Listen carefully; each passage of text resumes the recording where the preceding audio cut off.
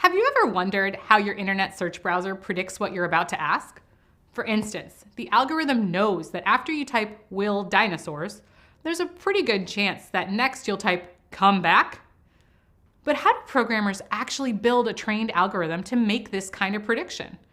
Well, in this course, you'll learn the process for creating complex models, which can be used to offer suggestions about all kinds of things.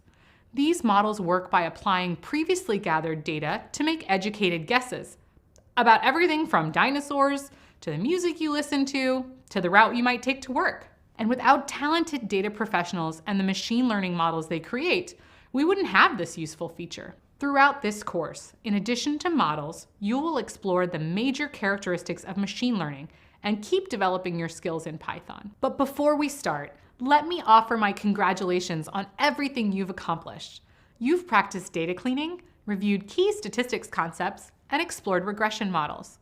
Along the way, you've become better equipped to navigate the more complex parts of being a data professional. I will be your guide as we consider a big picture perspective of the world of machine learning and complex models. My name is Sushila. I'm a data scientist, and I work on projects for YouTube here at Google. At YouTube, we use machine learning every day to deliver content to users, from music reviews to travel vlogs to my personal favorite, cat videos. I'm excited to explore machine learning with you. As you've learned previously, machine learning is the use and development of algorithms and statistical models to teach computer systems to analyze and discover patterns in data. Its applications are diverse, from optimizing microchip design and improving earthquake predictions to recommending videos to watch on YouTube, and more. This course will help you on your journey to becoming a data professional who can use machine learning to work on applications similar to the ones I just mentioned. Before you begin, it may be helpful to review linear and logistic regression and statistical models covered earlier in this program. The terms complex models and machine learning are often used interchangeably. In this course, when the term complex model is used, we are referring to mathematical or computational models in general, inclusive of everything from regression to deep learning. First, you'll learn the different types of machine learning, like supervised and unsupervised learning. Then, you'll learn how to implement some of them. Each type will be broken down by its characteristics so that the uses and purposes of each type are clear. Next, we'll consider another perspective of the data science workflow and discover how to apply PACE to machine learning. In addition, you'll learn how exploratory data analysis, or EDA, relates to machine learning. You will also practice additional skills like feature engineering. Another part of your introduction to the machine learning landscape will be selecting relevant models and metrics. You'll determine the most appropriate model for your purpose and data. You will learn which tools to use to evaluate your model's performance. You will also continue to work in Python. You'll explore the most commonly used Python libraries and packages for specific types of machine learning. And you'll use the same resources that Google's data experts rely on in their work. By the end of this course, you will have a virtual tool belt packed with the tools you need to build and improve on complex models. Lastly, you will have the opportunity to practice your new job-ready skills in a portfolio project that's based on a common workplace scenario for data professionals. Machine learning is an exciting field for data professionals. It's evolving and developing all the time with new applications every day. The concepts in this course will help prepare you to join the field and advance your career in data science.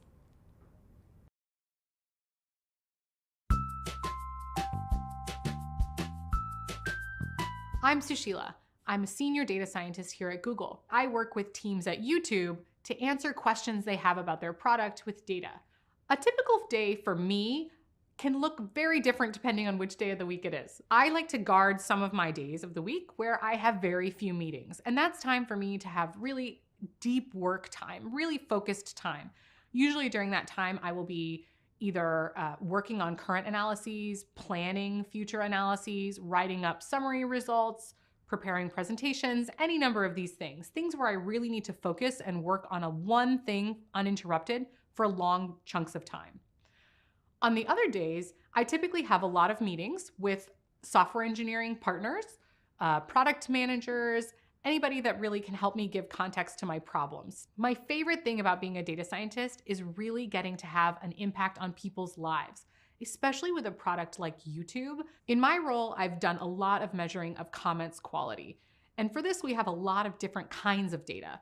We have logging data where we can see things like how many comments did you read, how many did you write, how many minutes of a video did you watch, all the way to survey data where we'll ask users, how did you find this comment? Was it satisfying? Did you enjoy it? These kinds of categorical responses are super helpful that we then turn into binary things to classify comments as good or bad. When you go into the comment section and you see something that's just delightful, that is the result of a bunch of work from a bunch of people, and that algorithm is built on this data. When we make improvements to the comment section, it has an actual effect on people's lives. Their experience with the product gets better, and YouTube is a product that touches so many people. It's an amazing way to be able to kind of feel like you're part of somebody's life. Data science and breaking into the data science field can be very daunting. It can be a very intimidating field where it feels like everyone has these fancy models and these big presentations, and you just don't have those things. You don't know how to do them yet. But keep at it. You will. You will learn how to do these things. Everybody had to start somewhere. Interviewing for data science roles is maybe the most unprepared I had ever felt in my life. I did not spend my whole life preparing for this exact moment, but I got through it because I just kept chipping away at it. Let's discuss some topics that we'll cover in this part of this course. First, we'll consider the main types of machine learning. Then, we'll review different variable types used for machine learning, like continuous, categorical, and discrete. It's essential to have an understanding of these concepts so you can build an appropriate model. Next, we'll introduce you to recommendation systems and explore how they use content-based and collaborative filtering to make content suggestions. Both types of filtering are important techniques for building many of the recommendation systems used today. Finally, we'll learn about the ethics and applications of machine learning. We'll examine the questions that data professionals must ask as they plan, analyze, construct, and execute models. Because machine learning models are very powerful, it's important for data professionals to consider the ethical implications of their work. Coming up, we'll give you the tools to avoid some common mistakes that can mean the difference between a problematic project and a successful one. Now let's get started. Earlier in the program, you learned that logistic regression and linear regression have different purposes. For example, when you discover data points are grouped into two different categories in a dataset, a straight line may not describe the data very well or be useful as a means of predicting outcomes. A logistic regression or sigmoid function is a better fit for a dataset like that, particularly when new data points are introduced to it. As you've learned, linear regression is particularly good for datasets in which data points can be represented with a straight line. With some datasets, simple regression models may not be sufficient for your analysis. For example, this graph shows a distribution of 3 classes. A simple linear regression model wouldn't be very useful if we didn't know what class our observations belonged to. And a simple logistic regression model wouldn't be able to predict a problem with 3 classes. This is where data professionals need more complex machine learning. But many machine learning models use regression principles as a foundational layer to begin the process of teaching a computer model to make decisions.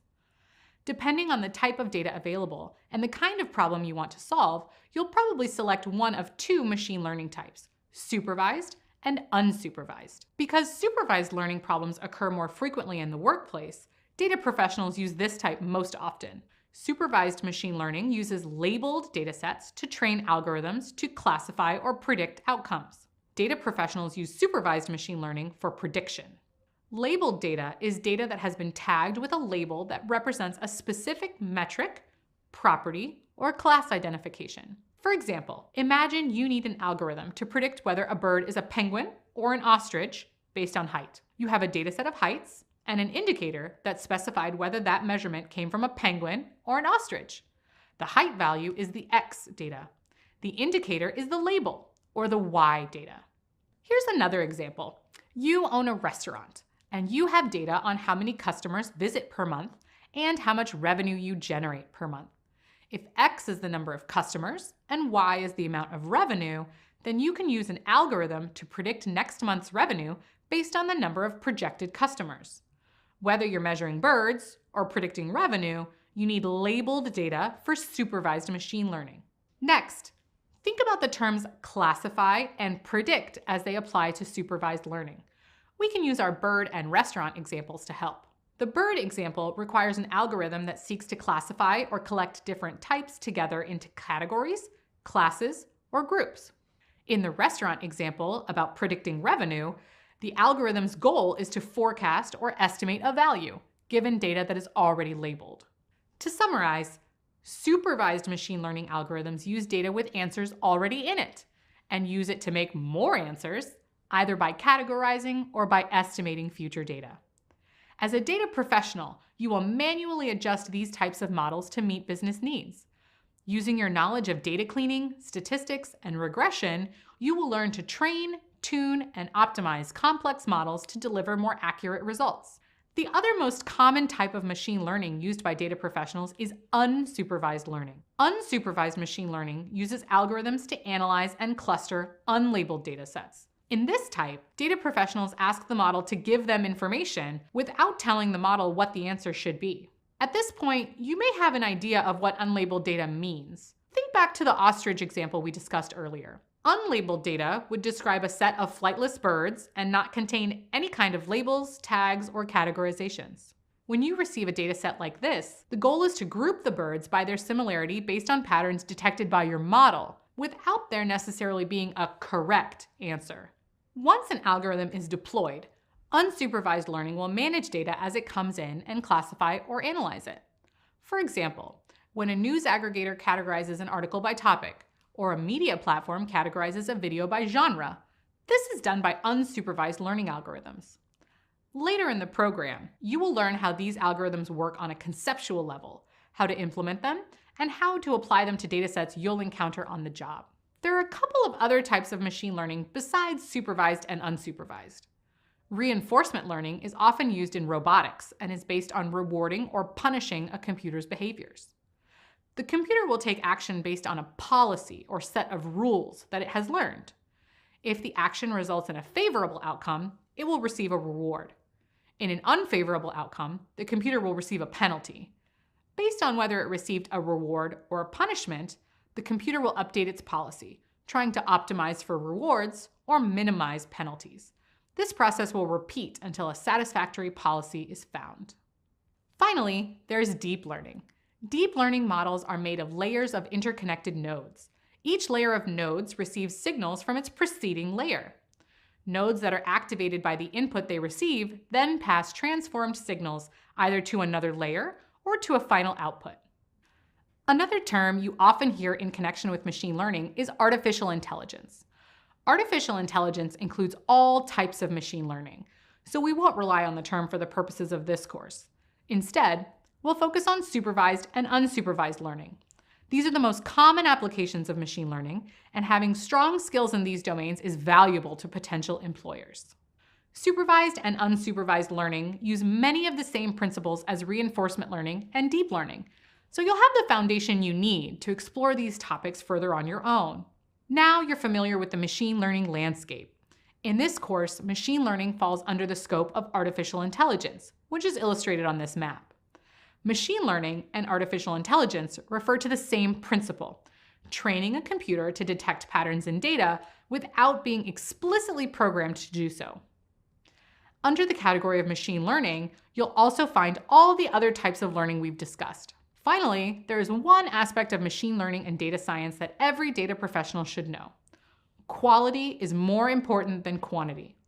A small amount of diverse and representative data is often more valuable for data professionals than a large amount of biased and unrepresentative data. The concept of infinity can be difficult to comprehend. Whether we're cooking a meal or reading a book, most activities humans partake in have a beginning, middle, and end. In other words, they're finite. But as you've learned from previous courses, we data professionals deal with infinity all the time. And this is also true when building complex models. As you learned earlier in the program, continuous features can take on an infinite and uncountable set of values. Understanding this concept is critical when selecting a machine learning model and choosing the measurements to check that model's utility. Imagine you own a citrus tree farm, and you want to learn the average weight of this year's yield of kumquats. The entire yield, or population, is 100 bushels. Using simple random sampling, you pull 3 kumquats from each bushel and weigh them individually. The recorded individual weights of all these kumquats are considered continuous data, because the possible value of 1 kumquat is infinite and uncountable. In other words, 1 kumquat doesn't weigh 15 grams exactly. And out of the 300 kumquats you weighed, their weights may have been measured to 2 decimal places, like 15.76, 16.09, and 15.56, but the measurement is continuous because the weights could be any infinite number between those measured points, like 15.762950. Simply put, weight is a continuous feature because it has an uncountable set of possible values. Conversely, the total number of kumquats in your 100 bushels has a fixed quantity. Because of this, the total number of kumquats is not a continuous feature. As a data professional, knowing whether the features you input into a machine learning algorithm are continuous or fixed will be essential to choosing the correct model and the evaluation metric for that model.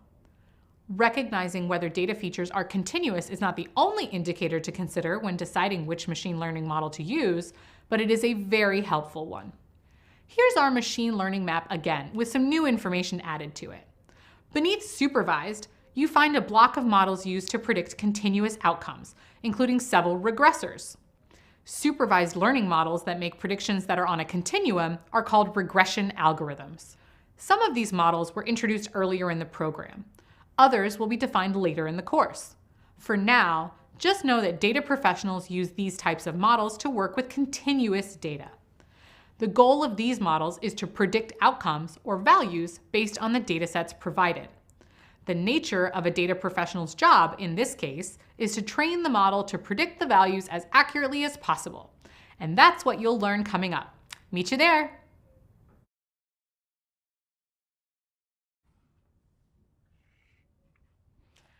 Sorting candies by size and shape and color is pretty simple. So it may seem like teaching a machine to sort wouldn't be that difficult.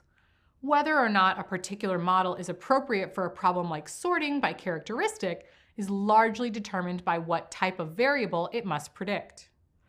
In this video, we'll review a few types of variables that are helpful for determining the right supervised machine learning model for your data. As a reminder, continuous variables are variables that can take on an infinite and uncountable set of values.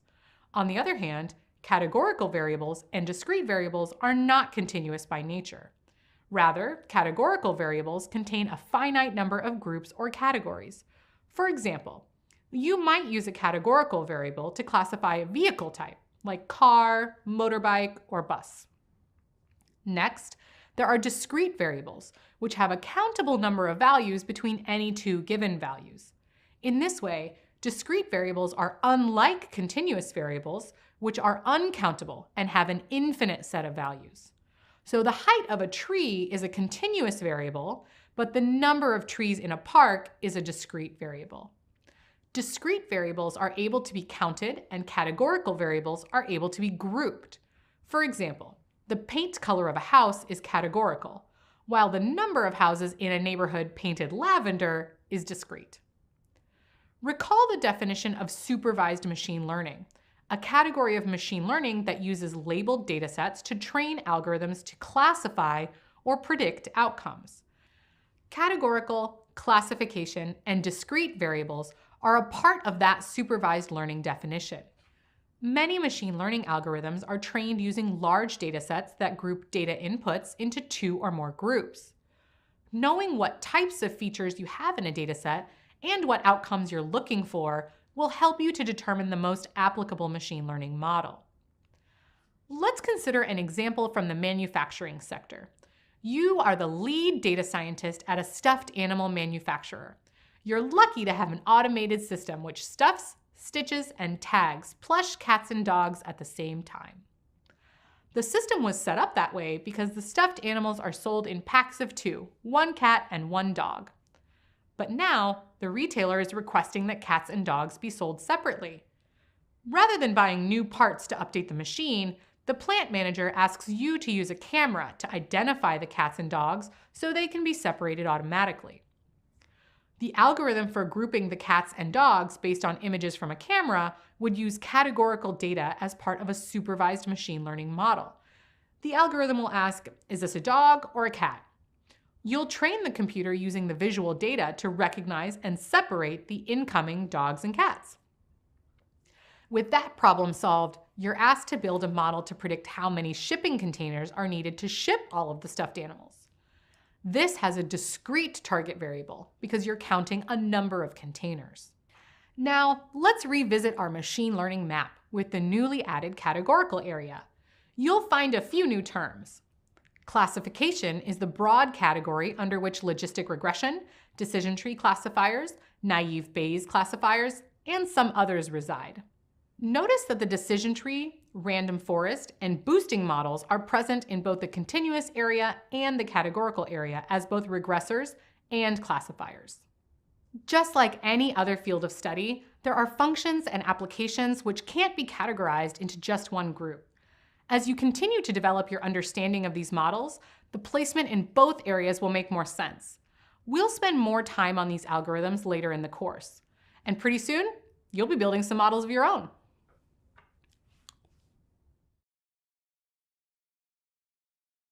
Now that you understand the different types of features used in machine learning models, let's investigate how they can be used together in a type of model you're likely very familiar with. Have you ever been streaming your favorite new album, and when you reach the end, something entirely new begins to play? You've never heard it before, but you really like it. How did your streaming service do such a good job choosing a new song for you? It used a recommendation system. Recommendation systems are a subclass of machine learning algorithms that offer relevant suggestions to users. And as you probably realize, they're everywhere. Just about any website or app that matches you with something, whether it's an outfit to wear or a recipe to cook, most likely uses a recommendation system. The main goal of a recommendation system is to quantify how similar one thing is to another, and use this information to suggest a closely related option. In this way, recommendation systems make it easier for users to find and connect with information, products, and content that's relevant and enjoyable. Let's examine how this works. First, you selected a song on the music streaming service. Then, when the song ended, the service played more music related to your initial choice. This is an example of content-based filtering, in which comparisons are made based on attributes of content itself. In this case, attributes of the music you played are compared to attributes of other music to determine similarity. To make this comparison, there must be data about each song that's a deconstruction of its attributes. In other words, everything that makes the song unique is identified and labeled, like the artist's voice type, the rhythm or beat, or whether a certain instrument is featured. Then, when you search for a song, the content-based recommendation system will access the list of attributes for that song and every other song in its library. Finally, the system will compare them all using the same list of attributes. Good song recommendation systems compare hundreds of attributes. Content-based filtering has benefits and drawbacks. Some of the benefits are that they're easy to understand, they help recommend more of what a user likes, even niche things that few others are interested in, and they don't need information from any other users to work. Another advantage is that the filtering is not limited to comparing items, like songs. They can map users and items in the same space and then recommend things that are closest to a user's typical preferences. Interestingly, sometimes a benefit can also be a drawback, and vice versa. For instance, the fact that content-based systems always recommend more of the same type of thing can be a drawback. Users won't be introduced to something that diverges from what they've selected in the past, or learn something new. Another disadvantage is that the attributes often have to be selected and mapped manually for all the items, which is an enormous amount of work. Finally, content-based filtering is ineffective at making recommendations across content types. because different content types don't use the same features. For instance, a book doesn't have beats per minute, so the same streaming service won't be able to use your song preferences to recommend a new novel. So the use cases can be limited. Note that, in this music streaming example, you didn't actually rate anything. You just listened to your playlist and the algorithm found similar songs. When you stream videos, on the other hand, you might rate or review something when you like it. The recommendation system can also use your feedback to suggest other videos you might like. In the video streaming example, you both viewed and actively participated in the feedback process by liking the videos you enjoyed. A drawback of this method of recommendation is that you probably like videos about various topics, but the system will use your feedback to only suggest similar videos to the ones you liked. Here's another example of how recommendation systems work based on your feedback, called collaborative filtering. When a user actively likes content by rating it or giving it a good review, it leads to collaborative filtering. A recommendation system will use collaborative filtering to make comparisons based on who else liked the content. Then, it will suggest videos to someone else with similar preferences. Collaborative filtering is different from content-based filtering in that the recommendation system doesn't need to know anything about the content itself. All that matters is if you liked it. It's a different flavor of recommendation system. Which brings me to ice cream. Perhaps we want to know which ice cream flavors David will enjoy. A collaborative filtering system would compare past items that he has liked to what other people have liked. And because David's likes and dislikes are very similar to Fatima's, the algorithm will predict that he'll enjoy fudge brownie, because Fatima does. Collaborative filtering works regardless of what the items are. The flavors don't matter. It doesn't even matter that it's ice cream. It could be cars or restaurants or hair products. All that matters is that David and Fatima have similar tastes. The ability to recommend across content types is one of the main advantages of collaborative filtering. Other benefits are that it finds hidden correlations in the data and it doesn't require tedious manual mapping. Drawbacks of collaborative filtering are that these systems need lots of data to even start getting useful results, and every user must give the system lots of data. Also, collaborative filtering data is very sparse, which means it has a lot of missing values. Let's use movies as an example. There are hundreds of thousands of movies in existence, but most people have only viewed a small fraction of them. So each person's movie data would have missing values for all the movies they haven't experienced. A recommendation system would need to use advanced filtering techniques to manage all that empty space. Most recommendation systems are highly complex and use hybridized models that make use of elements from both content-based and collaborative filtering. But even in the simplest use cases, there are different needs, resources, and strategies available for data professionals to use. And it's the data professional's job to recommend the best problem-solving approach. Recently, you learned about recommendation algorithms and how they help users discover everything from new music to stream, to new hair care products to try, or new games to play with friends and family.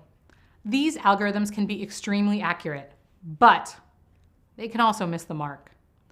For example, one limitation of recommendation tools is the problem of popularity bias, which is the phenomenon of more popular items being recommended too frequently.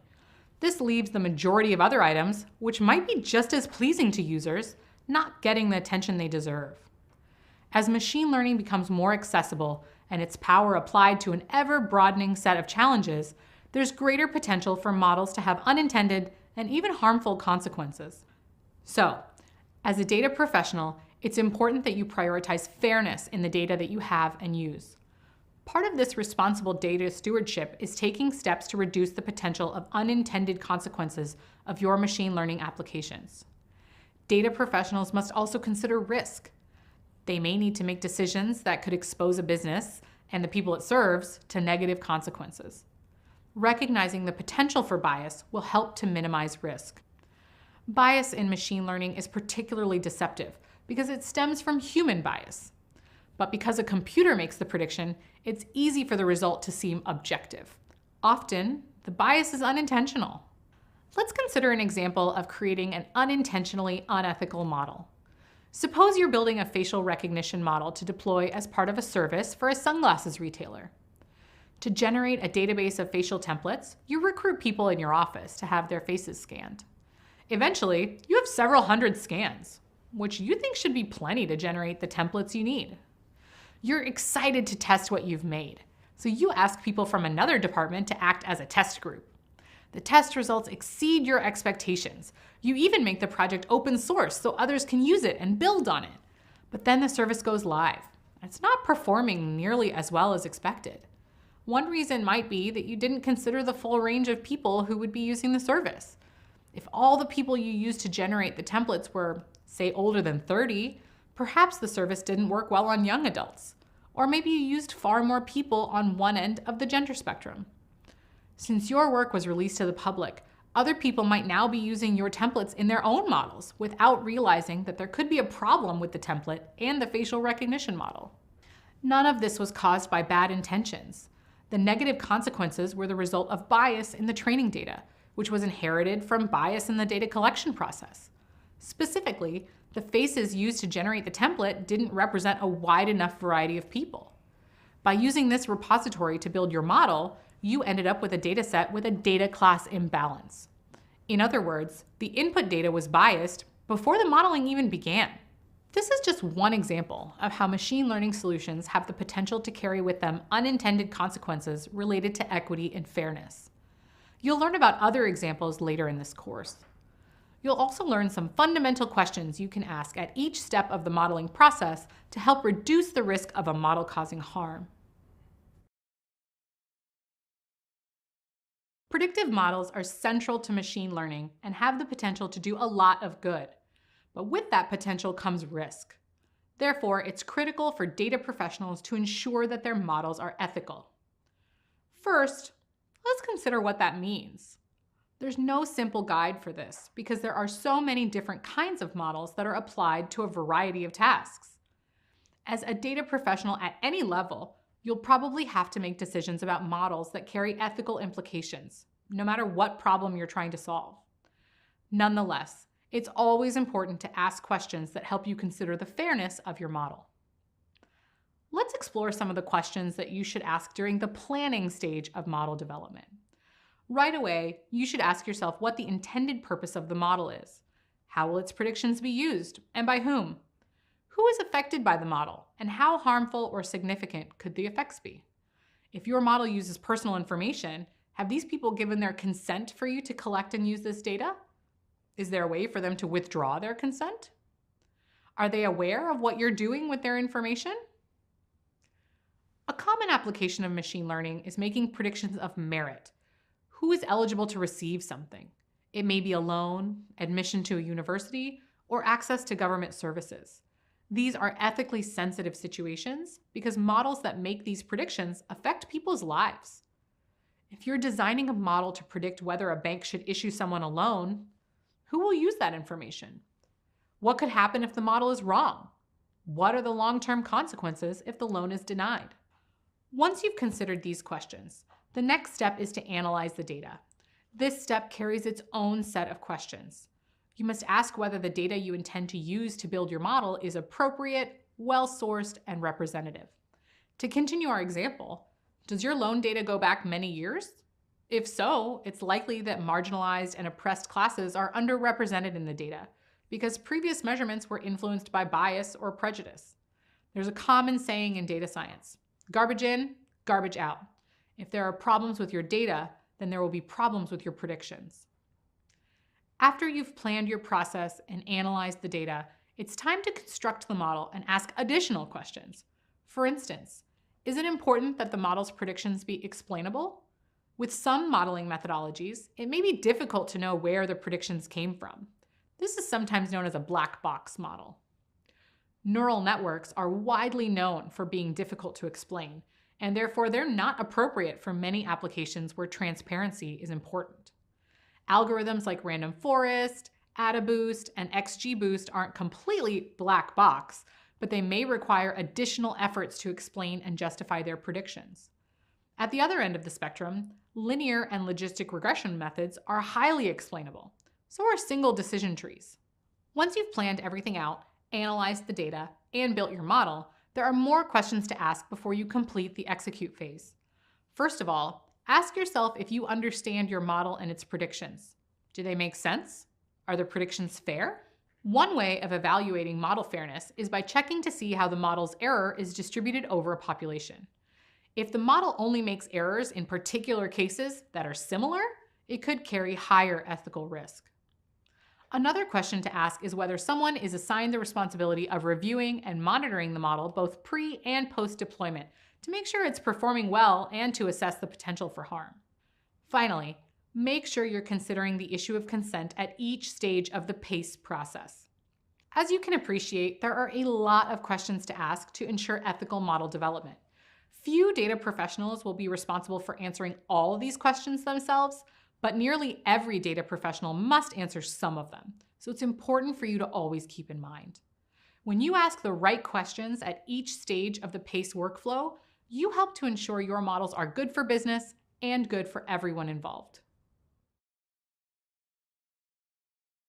Today, there are many tools and programs that can help you perform data analytics and build machine learning models. Knowing what's available in your digital tool belt is important as you approach and solve problems as a data analytics professional. At YouTube, we need to wrangle vast quantities of data. Rather than reinventing the wheel each time, I use tools and libraries that other data professionals have already created to help me clean, validate, and visualize my data efficiently. You've been applying many of these tools throughout this program, but let's take a moment to review some of the software you've used, some that you haven't, and figure out how they relate. When creating any Python script or program, development is almost always done inside an integrated development environment, or IDE. An IDE is a piece of software with an interface to write, run, and test a piece of code. If you took the original Google Data Analytics certificate, you coded using the language R, and R's accompanying IDE, RStudio. It's possible to create and run scripts inside any standard text editor, but IDEs provide many tools to support the development of your code. You already used an IDE in this program, maybe without even knowing it. You've coded in Python and executed that code within the Jupyter Notebook interface. In this case, Jupyter Notebook is the IDE. For most coding languages, there are many IDEs available to a developer. They all perform similarly, with differences in functionality and included tools. Selecting one will often depend on your personal preference or on your employer's preference. Later on, you'll learn more about IDEs, but for now, let's examine how they each handle different Python files. The two most common file types are Python scripts, denoted with the extension .py, and Python notebook files, denoted with the extension .ipynb. Depending on the task, a data professional might use both of these file types and may even alternate while working on one problem. Although both of these file types can execute code, they each have their own advantages. It's important to remember that Python is not just a language used in data science. It's a flexible, general-purpose language that can be used for web development, automation, cryptography, and other tasks.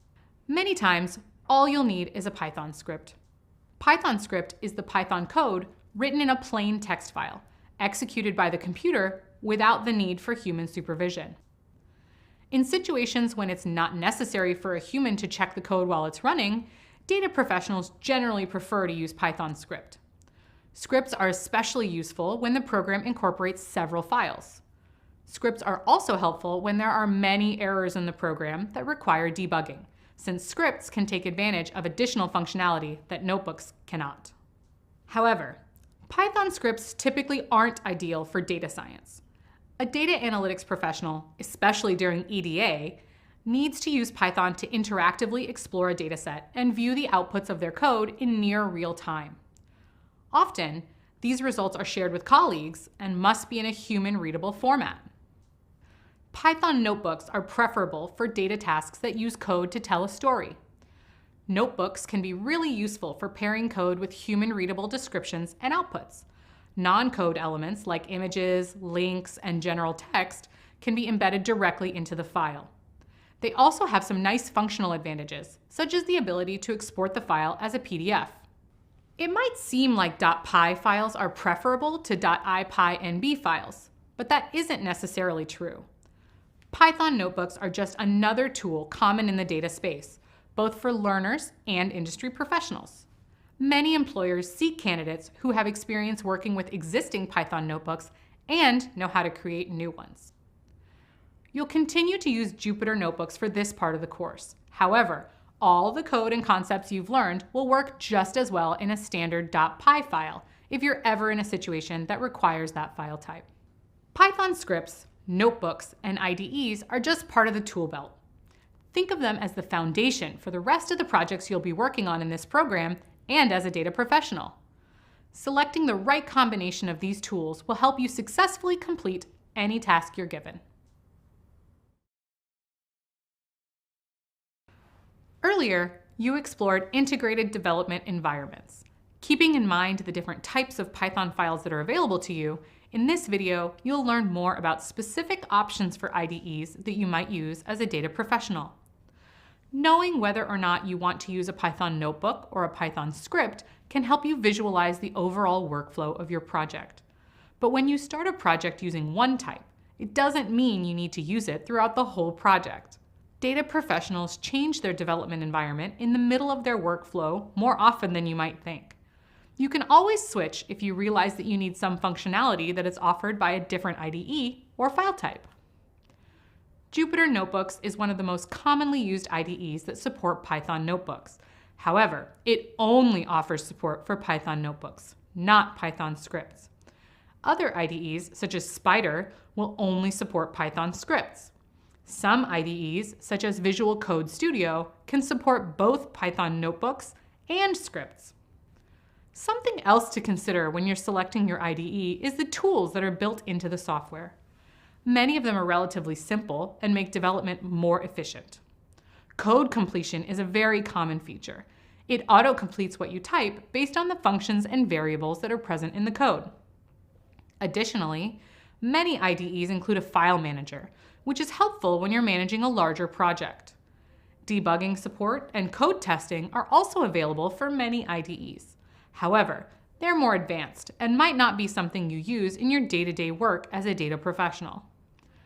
Sometimes, you might start working in an IDE only to find that it's missing some tools you need or want. Once you figure out which features you need or which changes you'd like to make, you can then either customize the IDE you're using or use a different IDE that better fits your needs. Think of your IDE as a kitchen. There are various tools and utensils that are vital for cooking a meal. But the kitchen is the physical space where all the work is going to happen. If you're the person cooking, having a kitchen where you feel comfortable and find everything you need makes the process of cooking much easier. Applying the same logic to your tools and software will make you a better data professional throughout your career. Throughout this program, you've learned a lot about Python and its built-in functions. You've also used some Python packages and libraries for coding.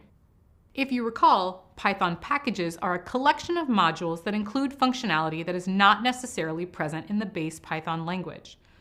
Modules are used to organize functions, classes, and other data in a structured way. Libraries in Python are simply collections of packages. In this video, you'll explore some common packages, including what they can do and how they can work together to help you accomplish a task. Generally, there are 3 types of Python packages that you'll be using as a data professional. They can be used to accomplish the same tasks. However, they often have small differences that can make one more useful depending on the situation. The first category we'll explore is operational packages. They're also the first packages you'll normally use in the analytical process.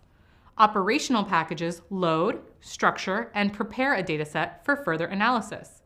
When creating a Python file for analysis, the first thing you have to do is read in your data. The pandas package is often the most useful for doing this, but the pandas read CSV function, which reads your data into a data frame, is only a tiny percentage of what's included in the package. For efficient analysis and modeling, you can use functions that are built into the pandas package. This makes it easier to complete tasks, including preliminary data inspection, cleaning data, and merging and joining the data frames. Other operational packages, such as NumPy and SciPy, provide functions for advanced mathematical operations.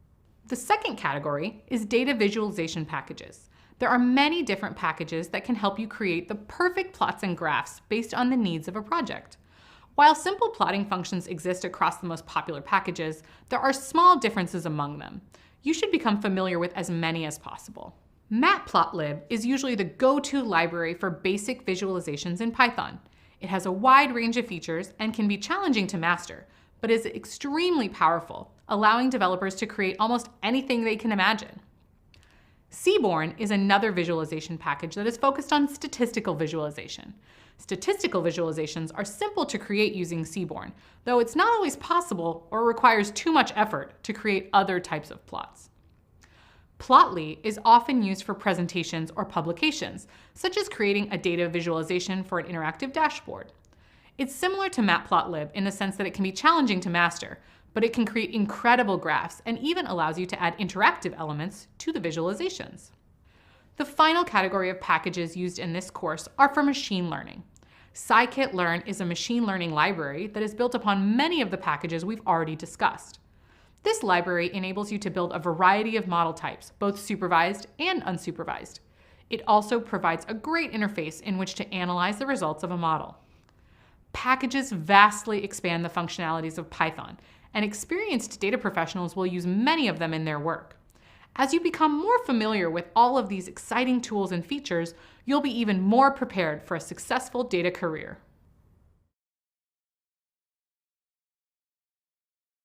Here's a little secret about the data field. Almost no one knows what they're doing 100% of the time. Even the most experienced professionals encounter issues with their code or the data analysis process itself and need to search for answers. That's why it's so important to understand the available resources that can help you find the solutions you need. So, let's consider a situation. You just finished a piece of code and pressed the run button, but an error appears. It could be a problem with the way you imported your data or something not totally correct in the way you prepared the data for analysis. What can you do? The first step might be searching for the error, as most problems will have been encountered by other developers before. Python is particularly good at telling you where the error is, whether it's a simple syntax error or some other exception. Your IDE will often specifically identify the problem, along with the exact line number where it was caught. So take the error output and search for it online. This usually yields some pretty helpful results. In fact, you'll often find your exact same error in the first few search results. If you're not getting the help you need there, you can search on a public platform like Stack Overflow directly. Stack Overflow is a go-to resource for coding issues, considered by many data professionals to be the definitive collection of coding questions and answers. Not only that, but the community is very responsive and helpful, so you should feel comfortable posting your own questions. Another resource that can be great is the documentation for the package or module you're working with. Documentation is an in-depth guide written by the developers who created the package. Documentation features specific information about various functions and features and usually includes helpful examples. Kaggle is another resource that many data professionals use at some point in their journey. The online community features tens of thousands of public datasets, along with Python notebooks that provide examples of how to conquer a variety of analyses. Many people who are just starting out in the data science industry use Kaggle because it offers tutorials and datasets to learn and practice machine learning techniques. Data professionals who've been in the industry for many years also use Kaggle to learn about new advances in technology and keep their skills sharp. When you encounter an error message or other coding issue, it's also a best practice to consider whether your tools are up to date. Package updates can sometimes break pre-existing code or change the way a particular function is accessed and used. Your code will usually throw an error that tells you if a certain package or piece of software is out of date, but staying proactive can prevent the problems in the first place. So, make sure you have correct versions of all your software and tools. These resources are just a few to consider when you need help with your programming. You'll find developers collaborating all over the internet, and the more you learn, the easier it will get to find solutions yourself.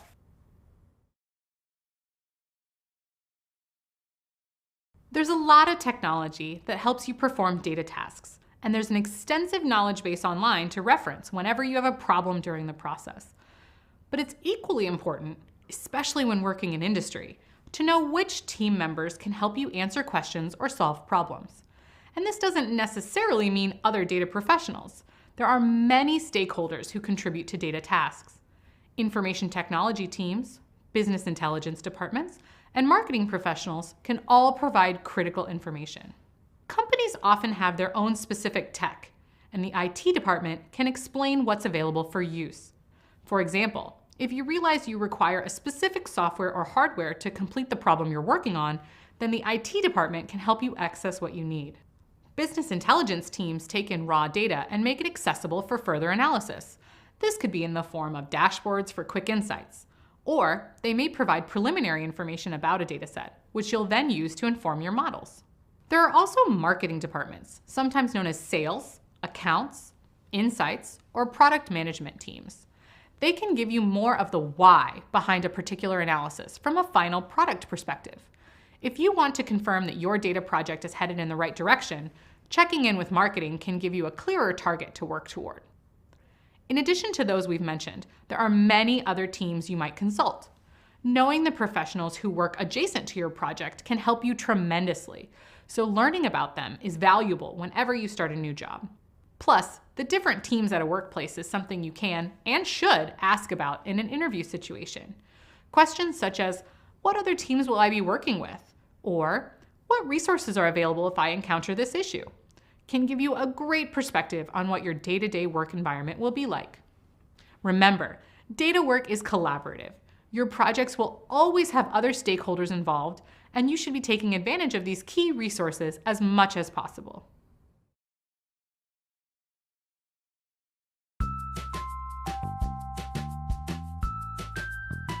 Hi, I'm Samantha, and I'm a product analyst. A product analyst is a data person who drives decision-making on a product team.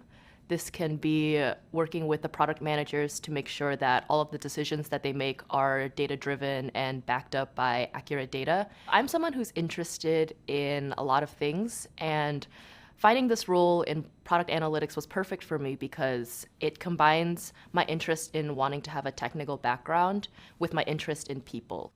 One of the cool things about data science is that it's a new and developing field, and there's always new technology or new languages or new methodologies that are coming out. One of the best ways that I stay up to date is following data scientists on Twitter or looking at Reddit forums or following data science blogs, either put out by companies or by individual contributors. Being able to just find a place where you can chat with other data scientists or talk about problems that you might be facing in your own projects. I'm always referencing these blogs in case I want to find some methodology that I might not have thought of, or some technique that might be helpful, or just a little trick that you might not necessarily know just by reading a textbook. And in my day-to-day job, I'll often look for libraries that some of these data scientists actually develop on their own, and it will usually help me solve something that might not have been possible before. Data science is traditionally a very academic field, and there's a lot of academic conferences that one can attend, but one I think that was great for those in the industry is the Open Data Science Conference. Here you'll find analysts, scientists, engineers from companies all around the world that will come together to learn about the latest technologies and network and get to know each other. This is a great opportunity to really meet other data scientists in the field, especially those that don't have the traditional backgrounds or titles of data scientists that you might see on a job posting. One of the things for me that really helped when I was learning data science and starting out for my career is finding a community that was interested in the same things that I was interested in and that could provide advice and consultation when I was working on my job. This can be anything from helping with recruiting and data science questions to answering coding problems that I might not have been able to find on the internet, or even just finding people to work on projects with. Having others to collaborate with can only help when completing your very first data science project. Take a moment to reflect on how far you've come. We covered quite a few new and complex concepts.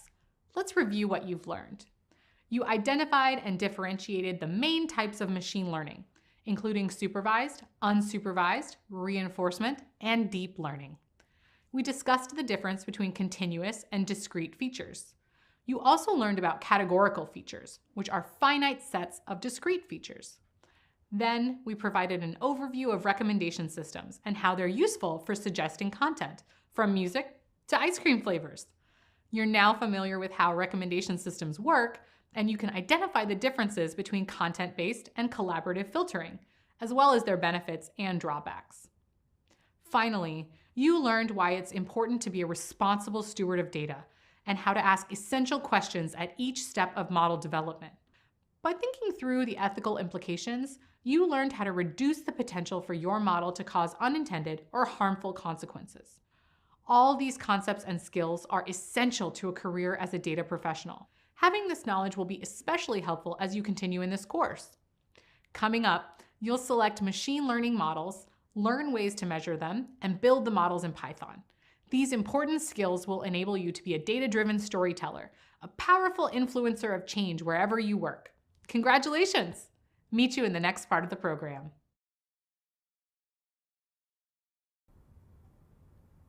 Welcome to another section in this course. I'm so happy to be here with you again. Together, we're about to apply the knowledge and skills you've been developing to do something really exciting: build machine learning models from start to finish. As you've been discovering, a lot goes into the process of model building. Data professionals apply many different techniques when working to achieve a business goal, and we have tons of opportunities to keep learning and improving upon what we create. Data professionals are also keenly aware that we're human. This means we're inherently imperfect. Well, just like us, the models and the datasets we build are also imperfect. But that doesn't mean they're not useful. It just means we need to be aware of their limitations. In fact, expecting imperfection can be an advantage. Plus, there are many tools to help us better understand data limitations and even turn them into effective data solutions. Coming up, we're going to explore these benefits as we build and refine our models. This will be a valuable proficiency for you as you move forward into the data career space. I can't wait to begin. Join me in the next video to get started. Welcome back. In this video, we're going to focus on the PACE workflow for building effective models. As a refresher, PACE consists of 4 stages: plan, analyze, construct, and execute. PACE helps guide the steps data professionals take as we align our data and models with the business needs. Soon, we'll use it to gain a more comprehensive understanding of the data and prepare it for modeling using feature engineering and techniques to manage class imbalances. From there, we'll practice a supervised learning model using Python called naive Bayes. The goal will be to model bank customer churn rate to predict whether a customer will close their bank account. In this context, churn is the rate at which customers stop doing business with a company over a given period of time. And for continuous improvement, we'll create different model iterations. Finally, we'll use performance metrics to evaluate how successfully the model addressed the business need. Using the PACE workflow not only provides a good baseline for approaching the problem, but also helps data professionals stay focused throughout the process. By applying and referencing this framework, you'll have the skills to manage data-driven problems in your career. Ready? Let's go! Happy to have you back. I have a plan for this video, and the first part is discussing the plan step in PACE. There are 2 parts: centering the business need and considering the most appropriate machine learning model.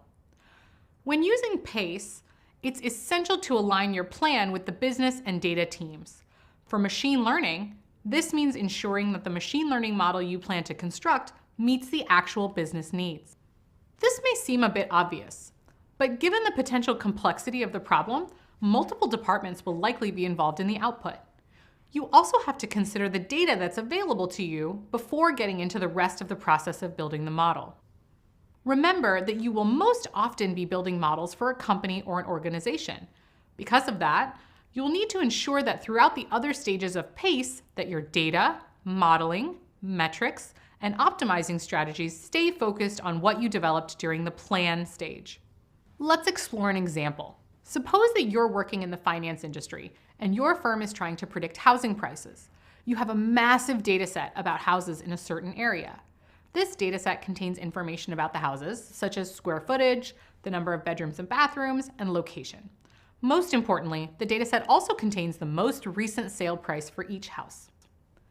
As the second part of the plan stage of your PACE workflow, you use the context and requirements of the business need to consider what type of machine learning model would be best suited for the problem of predicting housing prices. Based on what you know of machine learning models so far, you need to create a supervised, continuous model to get the desired numerical result. Continuous models are the only ones that can help you predict housing prices for this example. Now that you have your plan for the business problem and the scope for the machine learning model, you're ready for the next step: analyze. See you soon.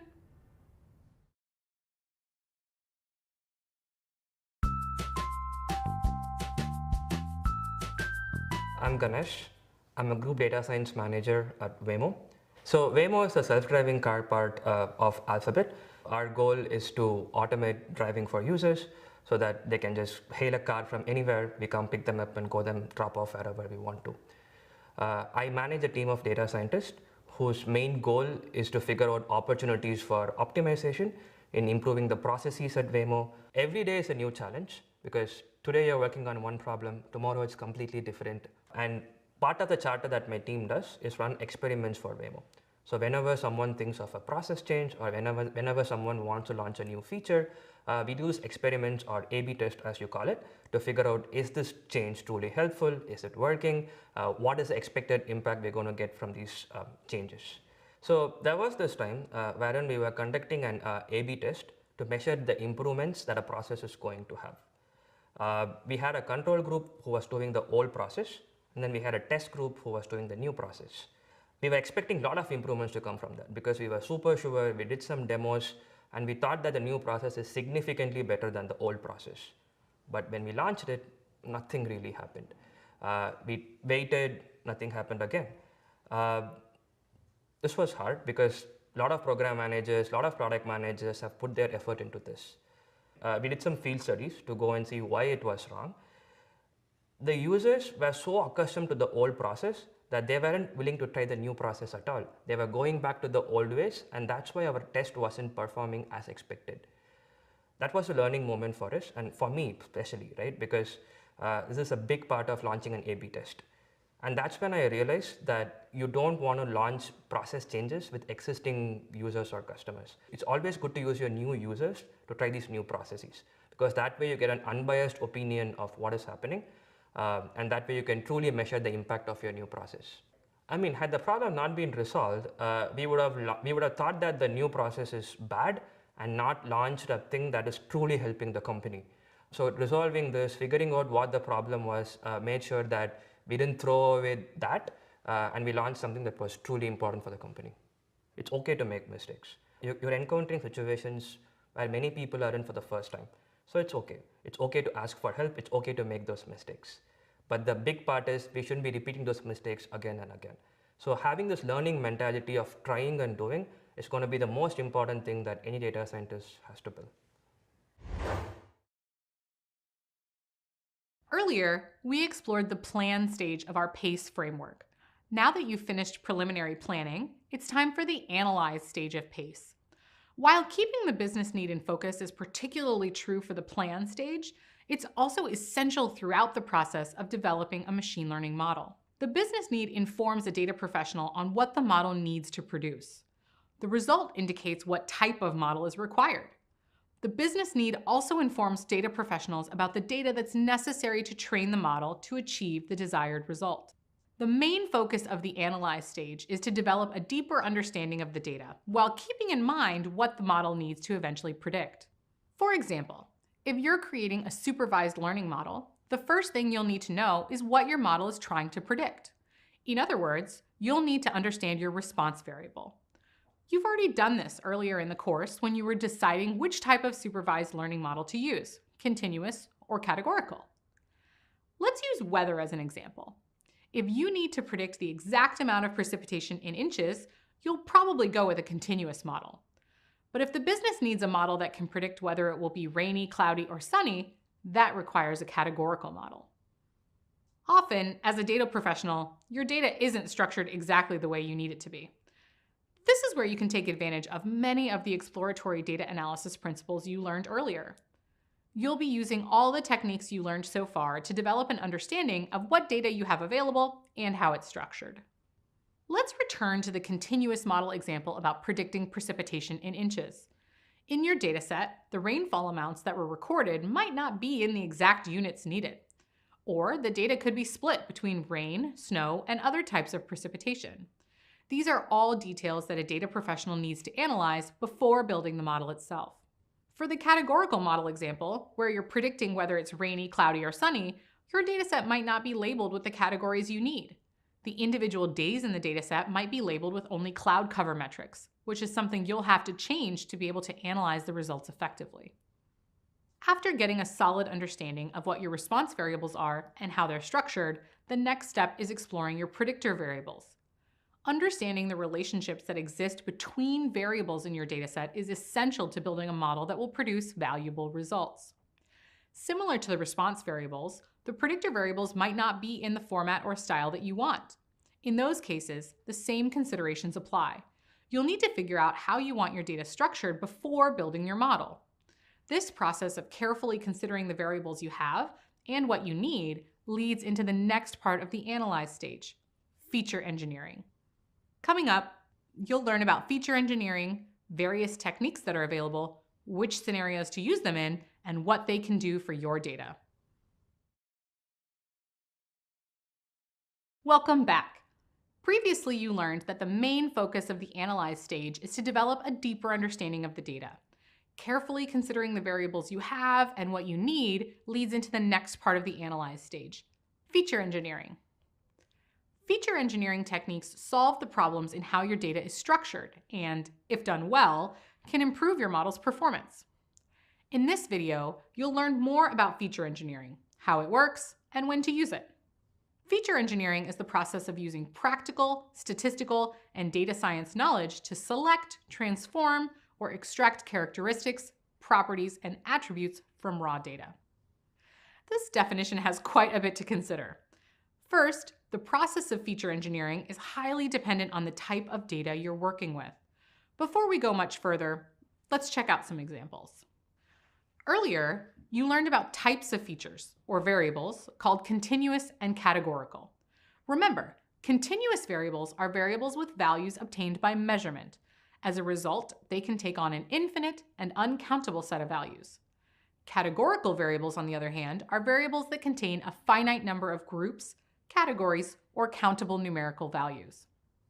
Your process for feature engineering will be changing and altering these variables with the end goal of using them to train a model. This can often be a challenging process.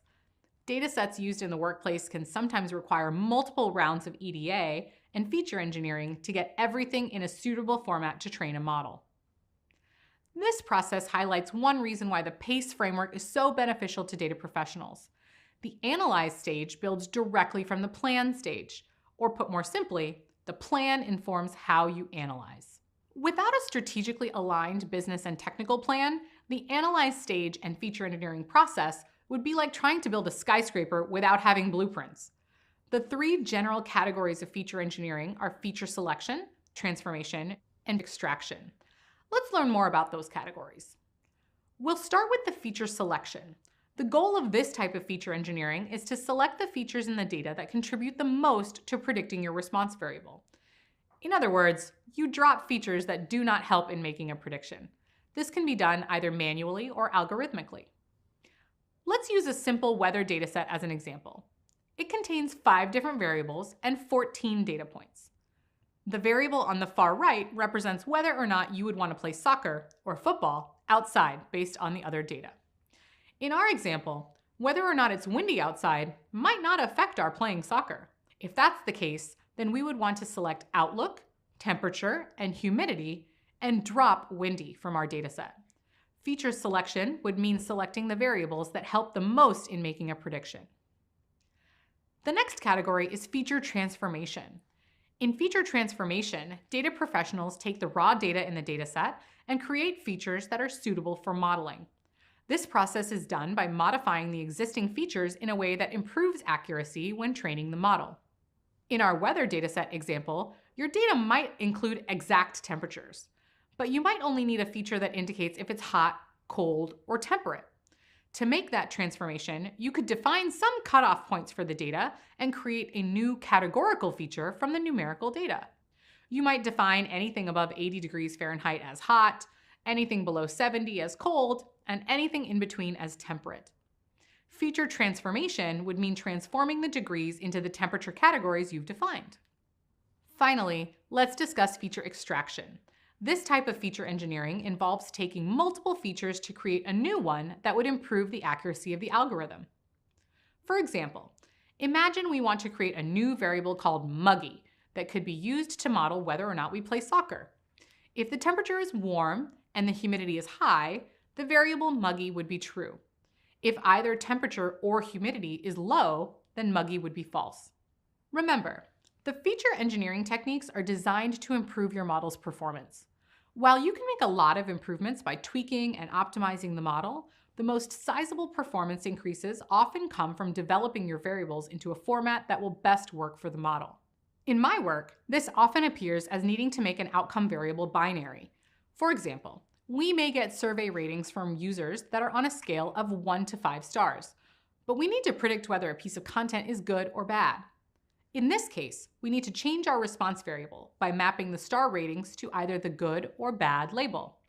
This is one example of how data professionals better understand their data in the analyze stage. During EDA, you are just beginning to develop an understanding of your data.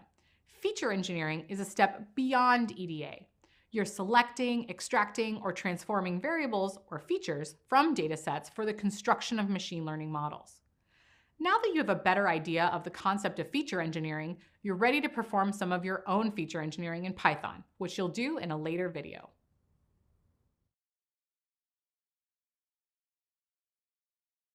Hello again. In this video, we'll continue our exploration of the analyze stage of PACE. Understanding what your variables are and how they're structured is only part of the process. It's also essential to understand the frequency in which the variables exist. For classification problems, you need to specifically understand the frequencies of the response variable. As a data professional, you might encounter datasets that are unequal in terms of their response variables. One example of unequal datasets is in the context of fraud detection. You could have millions of examples of non-fraudulent transactions and only a few thousand examples of actual fraudulent transactions. How can a model be built to detect fraud with such limited data to train the model? This issue is known as class imbalance. A class imbalance is when a dataset has a predictor variable that contains more instances of one outcome than another. The class with more instances is called the majority class, while the class with fewer instances is called the minority class. It's extremely rare for a dataset to have a perfect 50-50 split of the outcomes. There is normally some degree of imbalance. However, this isn't necessarily a problem. Believe it or not, a 70-30 or an 80-20 split can be fine. Major issues only arise when the majority class makes up 90% or more of the dataset. You'll only know if there's an imbalance issue after the model is built. There are two techniques that allow us to fix any potential issues: upsampling and downsampling. Both of them involve altering the data in a way that preserves the information contained in the data while removing the imbalance. Downsampling involves altering the majority class by using less of the original dataset to produce a split that's more even. The number of entries of the majority class decreases, leading to more of a balance. You can use different techniques to achieve this, but generally they are all based on this concept. One technique is to do this randomly by selecting entries to remove. Or you can follow a formula. For example, you can take the mean of 2 data points in the majority class, remove those data points, and add the average data point. Upsampling is the opposite of downsampling. Instead of reducing the frequency of the majority class, you artificially increase the frequency of the minority class. Similar to downsampling, There are multiple ways you can achieve this. The simplest technique is called random oversampling, where random copies of data points in the minority class are copied and added back to the dataset. Or mathematical techniques can be used to generate non-identical copies, which are then also added to the dataset. So, if both upsampling and downsampling achieve the same result, you might be wondering which one to use. Most of the time, you won't know which one is preferred until you've built the model and observed how it performs.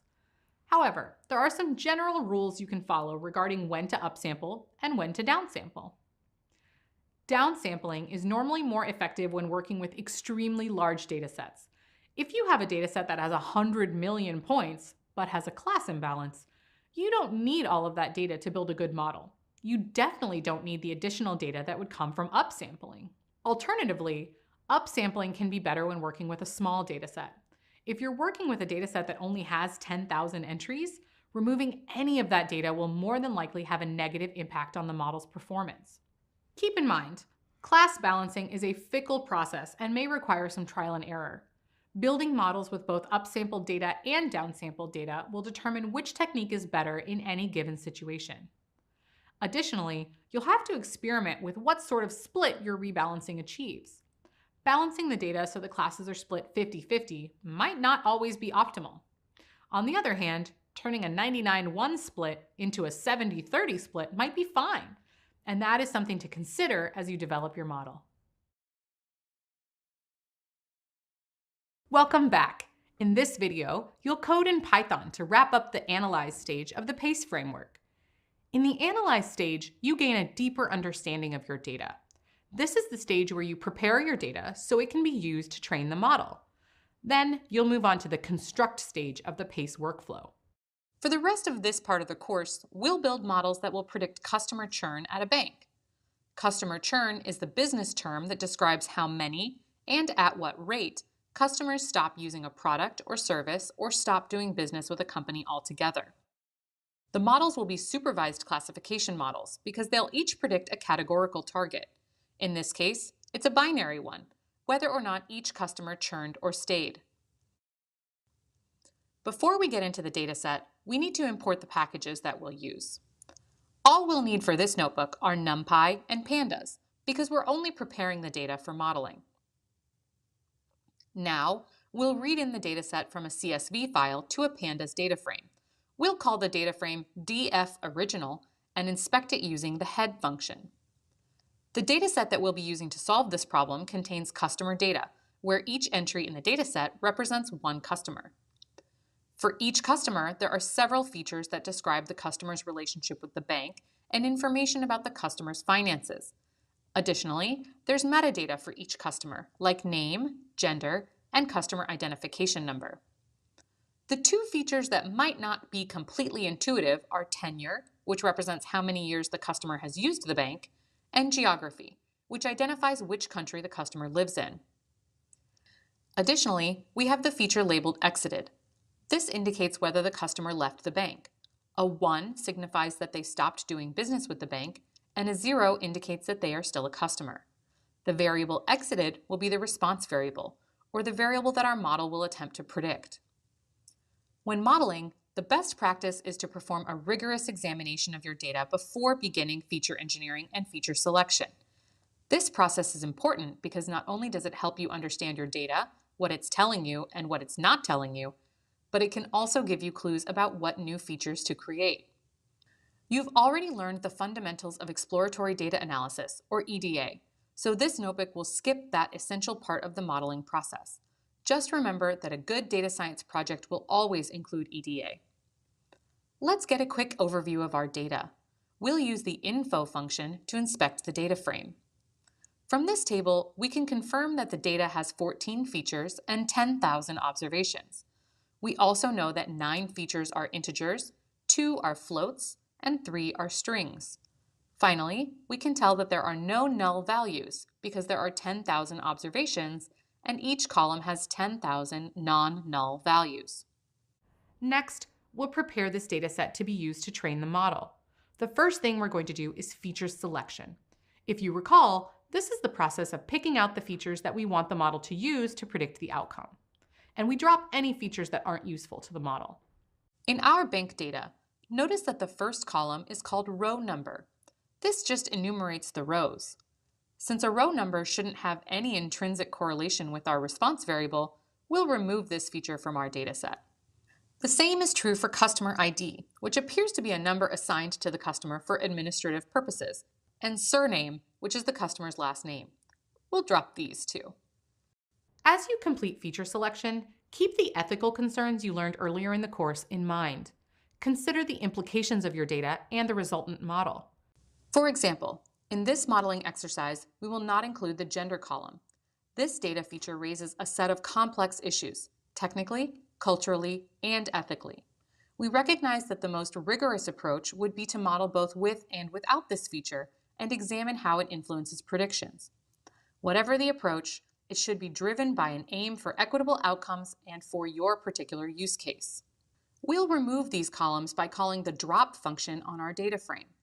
We pass to it a list of names of the columns that we want to remove, and we indicate that we're dropping columns, not rows, by including axis equals 1. We'll assign the results to a new data frame called churn_df. The resultant data frame is shown by calling the head method. However, there's still more to do before we start training the model. Next, let's practice feature extraction. This is the process of taking two or more features and using them to create a brand new feature that will make the model more accurate. Normally, feature extraction is done using statistics to analyze how predictive each variable is and whether the new feature that is extracted is more predictive than the original variables on their own.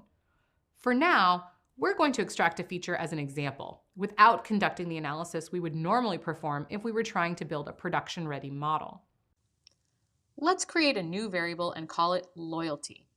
We'll do this by taking the tenure of a customer and dividing it by their age.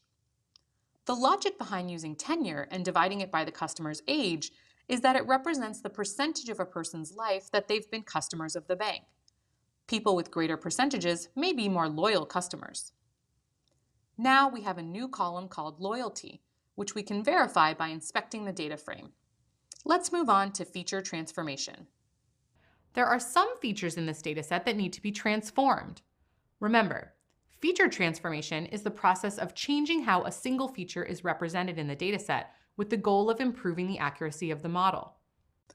Many classification models require you to convert categorical features to make them numeric. Our dataset has one categorical feature called geography. Let's check how many classes appear in the data for this feature by using the unique function on the series. There are 3 unique values: France, Spain, and Germany. Let's encode this data so it can be represented using Boolean features. We'll use a pandas function called getDummies to do this. When we call pd.getDummies on this feature, it will replace the geography column with 3 new Boolean columns, one for each possible category contained in the column being dummied. When we specify drop first equals true in the function call, it means that instead of replacing geography with 3 new columns, it will instead replace it with 2 columns. We can do this because no information is lost, and the dataset is shorter and simpler. In this case, we end up with 2 new columns called Geography Germany and Geography Spain. We don't need a Geography France column. Why not? Because if a customer's values in Geography Germany and Geography Spain are both 0, we'll know they're from France. After feature selection, extraction, and transformation, the next step is modeling. We'll be using this dataset for most of the modeling you'll do in the remainder of this part of the course. And you now have a solid foundation for the construct and execute stages of PACE. Hello again. You're now about halfway through the PACE workflow. During the planning stage, you developed a better understanding of the business need and the data available. And in the analyze stage, you investigated the data using exploratory data analysis practices. You applied feature engineering techniques to select, transform, and extract data into a format that was suitable for training. This video continues on to the construct stage, where you'll bring the model to life. You'll do this by building a model called naive Bayes. Naive Bayes is a supervised classification technique based on Bayes' theorem, with an assumption of independence among predictors. The effect of the value of a predictor variable on a given class is not affected by the values of other predictors. Let's break it down. Bayes' theorem gives us a method of calculating the posterior probability, which is the likelihood of an event occurring after taking into consideration new information. In other words, when you calculate the probability of something happening, you take relevant observations into account. It can be represented with this equation, which calculates the posterior probability of C given X. Probability of X given C is the probability of the predictor given the class, which is multiplied by P of C, the prior probability of the class. The product of these two terms is then divided by P of X, which is the prior probability of the predictor. The posterior probability equation can be rewritten to reveal what's going on behind the variables. The probability of a class given the first predictor variable, P of x1 given C, is multiplied by the probability of a class given the second variable, P of x2 given C, and so on for all predictor variables used in the model. This is complex. So let's return to the weather-based example that we discussed in an earlier video and apply naive Bayes to gain a better understanding. The weather dataset will help you build a model to decide whether to go outside and play soccer. This dataset has 5 columns. The first 4 are the predictor variables, and the final column is the label of the dataset. It shows whether we should play soccer. The outlook variable identifies if it is rainy, cloudy, or sunny. The humidity variable indicates the relative humidity, and of course, the windy variable determines if there's wind. Start with the outlook variable. Calculate the posterior probability of one of the features in the dataset. To do this, construct a frequency table for each attribute against the target by tallying the number of times soccer is and isn't played for a given attribute. Then, transform the frequency tables into likelihood tables by calculating the number of times soccer is and isn't played for each attribute. Use this information to find the probability of the predictor given the class, P of X given C, the probability of the class, P of C, and the probability of the predictor, P of X. In other words, everything needed to calculate the posterior probability. As a reminder, you may pause and review the video if needed. The process of finding the posterior probability needs to be done for every possible class that is potentially being predicted. In this case, there are only 2 outcomes, play or don't play. Once these values are found, the prediction is made based on the class with the highest posterior probability. When you repeat the process for the second class, don't play, you're only required to modify the calculations after finding the likelihood table. Observe that the posterior probability of playing while it is sunny is higher than the posterior probability of not playing. So if it's sunny outside, a naive Bayes model would predict that the conditions are right to play soccer. Later, you'll explore how multiple predictor variables can be used to make a prediction. All the same concepts will apply. No matter the number of variables that are used, naive Bayes calculates posterior probabilities and makes predictions based on which outcome has the highest probability. You're doing great work. Keep up the momentum, and I'll be with you again soon. Now that we've discussed how naive Bayes works, it's time to implement it using Python. We're going to continue our work with the bank churn data frame that we prepared in the feature engineering notebook. Remember, we dropped the row number, customer ID, surname, and gender columns, dummy encoded the geography column to convert from categorical to Boolean, and engineered a new feature called loyalty by dividing each customer's tenure by their age. Recall that the predictor variables of this dataset are of different types. For example, balance and estimated salary are continuous, while geography is categorical. Also, remember that scikit-learn has a few different implementations of the naive Bayes algorithm, and each assumes that all of your predictor variables are of a single type. As a data professional, one of the first things you'll learn on the job is that real-world data is never perfect. Sometimes the data violates the assumptions of your model. In practice, you'll have to do the best you can with what you have. For this lesson, we're going to use the Gaussian NB classifier. This implementation assumes that all of your variables are continuous and that they have a Gaussian, or normal, distribution. Our data doesn't perfectly adhere to these assumptions, but a Gaussian model may still give us usable results, even with imperfect data. Let's get started. As always, the first thing to do is import any packages and libraries that you'll need. We'll begin by importing NumPy, Pandas, and Matplotlib.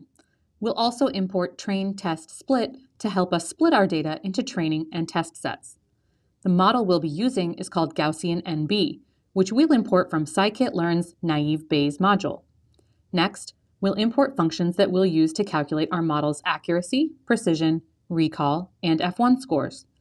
Finally, we'll import confusion matrix and confusion matrix display, which will help us calculate and plot a confusion matrix of our model's results. Let's read in the data frame and call it churn df. Before we begin modeling, let's do a couple more things. First, we'll check the class balance of the exited column, which is our target variable. We can do this by calling value counts on the pandas series. The class is split roughly 80-20. In other words, about 20% of the people in this dataset churned. This is an unbalanced dataset, but it's not extreme, so we'll proceed without doing any class rebalancing of our target variable. Secondly, naive Bayes models operate best when the predictor variables are conditionally independent from each other. When we prepared our data, we engineered a feature called loyalty by dividing tenure by age.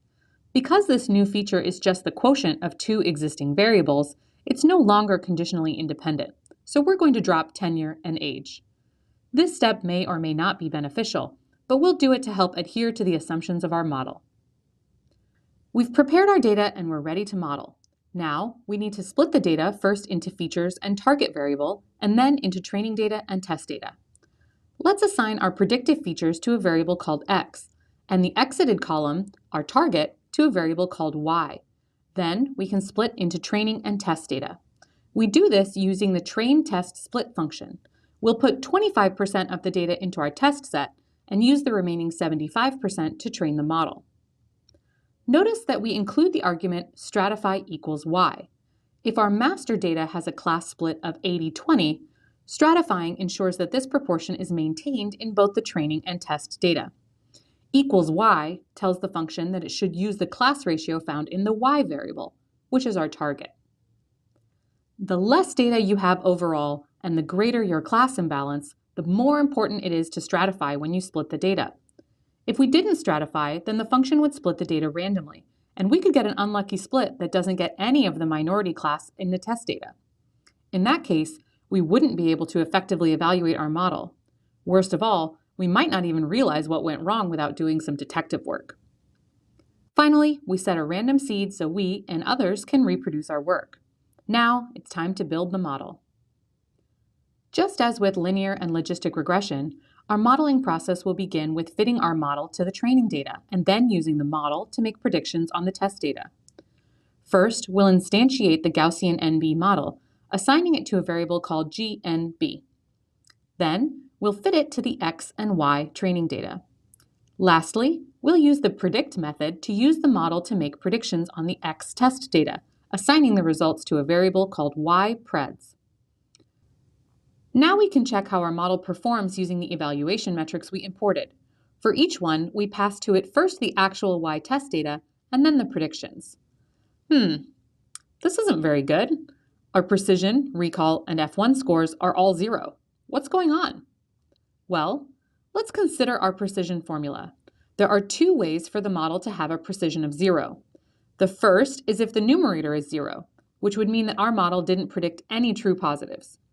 The second is if the denominator is also 0, which would mean that our model didn't predict any positives at all. Dividing by 0 results in an undefined value, but scikit-learn will return a value of 0 in this case. Depending on your modeling environment, you may get a warning that tells you there's a denominator of 0. We don't have a warning, so let's check which situation is occurring here. To do this, we'll call NumPy's unique function on the predictions. Okay, the model predicted 0, or not churned, for every sample in the test data. Both the numerator and the denominator are 0. Consider why this might be. Perhaps we did something wrong in our modeling process, or maybe using Gaussian NB on predictor variables of different types and distributions just doesn't make a good model. Maybe there were problems with the data. Before we give up, Maybe the data can give us some insight into what might be happening or what further steps we can take. Let's use describe to inspect the X data. Something that stands out is that the loyalty variable we created is on a vastly different scale than some of the other variables we have, such as balance or estimated salary. The maximum value of loyalty is 0.56, while the maximum value for balance is over 250,000, almost 6 orders of magnitude greater. One thing that you can try when modeling is scaling your predictor variables. Some models require you to scale the data in order for them to operate as expected, while others don't. Naive Bayes does not require data scaling. However, sometimes packages and libraries need to make assumptions and approximations in their calculations. We're already breaking some of these assumptions by using the Gaussian NB classifier on this dataset, and it may not be helping that some of our predictor variables are on very different scales. In general, scaling might not improve the model, but it probably won't make it worse. Let's try it. We'll use a function called min-max-scaler, which we'll import from the sklearn pre-processing module. Min-max-scaler normalizes each column so every value falls in the range of 0 to 1. The column's maximum value would scale to 1, and its minimum value would scale to 0. Everything else would fall somewhere in between. This is the formula. To use a scaler, you must fit it to the training data and transform both the training data and the test data using that same scaler. Let's apply this and retrain the model. First, import the scaler. Then, we'll instantiate it and assign it to a variable called scaler. Now, we fit the scaler by passing our xtrain data to it. Next, we use the transform method to scale the xtraining data. Finally, we transform the x-test data. Now, we'll repeat the steps to fit a model, only this time we'll fit it to our new scaled data. When we calculate the performance metrics for this model, we don't get an error. The model isn't perfect, but at least it's now predicting customers who churn. Let's examine more closely how our model classified the test data. We'll do this with a confusion matrix. Remember that a confusion matrix is a graphic that shows you your model's true and false positives and true and false negatives. We can plot this using the confusion matrix display and confusion matrix functions that we imported. Here's a helper function that will allow us to plot a confusion matrix for our model. All of our model metrics can be derived from the confusion matrix, and each metric tells its own part of the story. What stands out most in the confusion matrix is that the model misses a lot of customers who will churn. In other words, there are a lot of false negatives, 355 to be exact. This is why our recall score is only 0.303. Coming up, you'll investigate the various model evaluation metrics and when to use them. You'll explore the use of several metrics to evaluate model performance. Then, you will determine which of the models best satisfies the business requirements for the data project. Meet you there! Wow, you've reached the last stage of the PACE workflow. Execute. This is where model analysis happens, and it's finally production ready. You've already learned a lot about model metrics, the options available to you, and what they can demonstrate to a data professional about the model that has been built. And you've built supervised learning models, including a categorical model in the form of logistic regression. The metrics you used to evaluate those models will also make it possible to evaluate a naive Bayes model. As a review, accuracy reflects the number of correct predictions divided by the total number of predictions. However, accuracy doesn't always tell the full story. Some datasets will feature a strong class imbalance, which occurs when the majority of items belong to only one class. Then, the dataset is considered imbalanced. Here's an example using a binary classification problem. An IT professional wants to use a model to detect malware in the computers at their company. Perhaps there are 5,000 instances in their dataset, but only 500 positive instances where malware was actually present in a computer. This person would have an imbalanced dataset, as the chances of finding malware among all the checks that happen is actually comparatively low. This is where the precision and recall metrics can help. Precision measures what proportion of positive predictions were correct. In other words, if the model predicted that malware was going to be present, How many times was it actually on a computer? Precision is calculated by dividing the number of true positives by the sum of the true and false positives.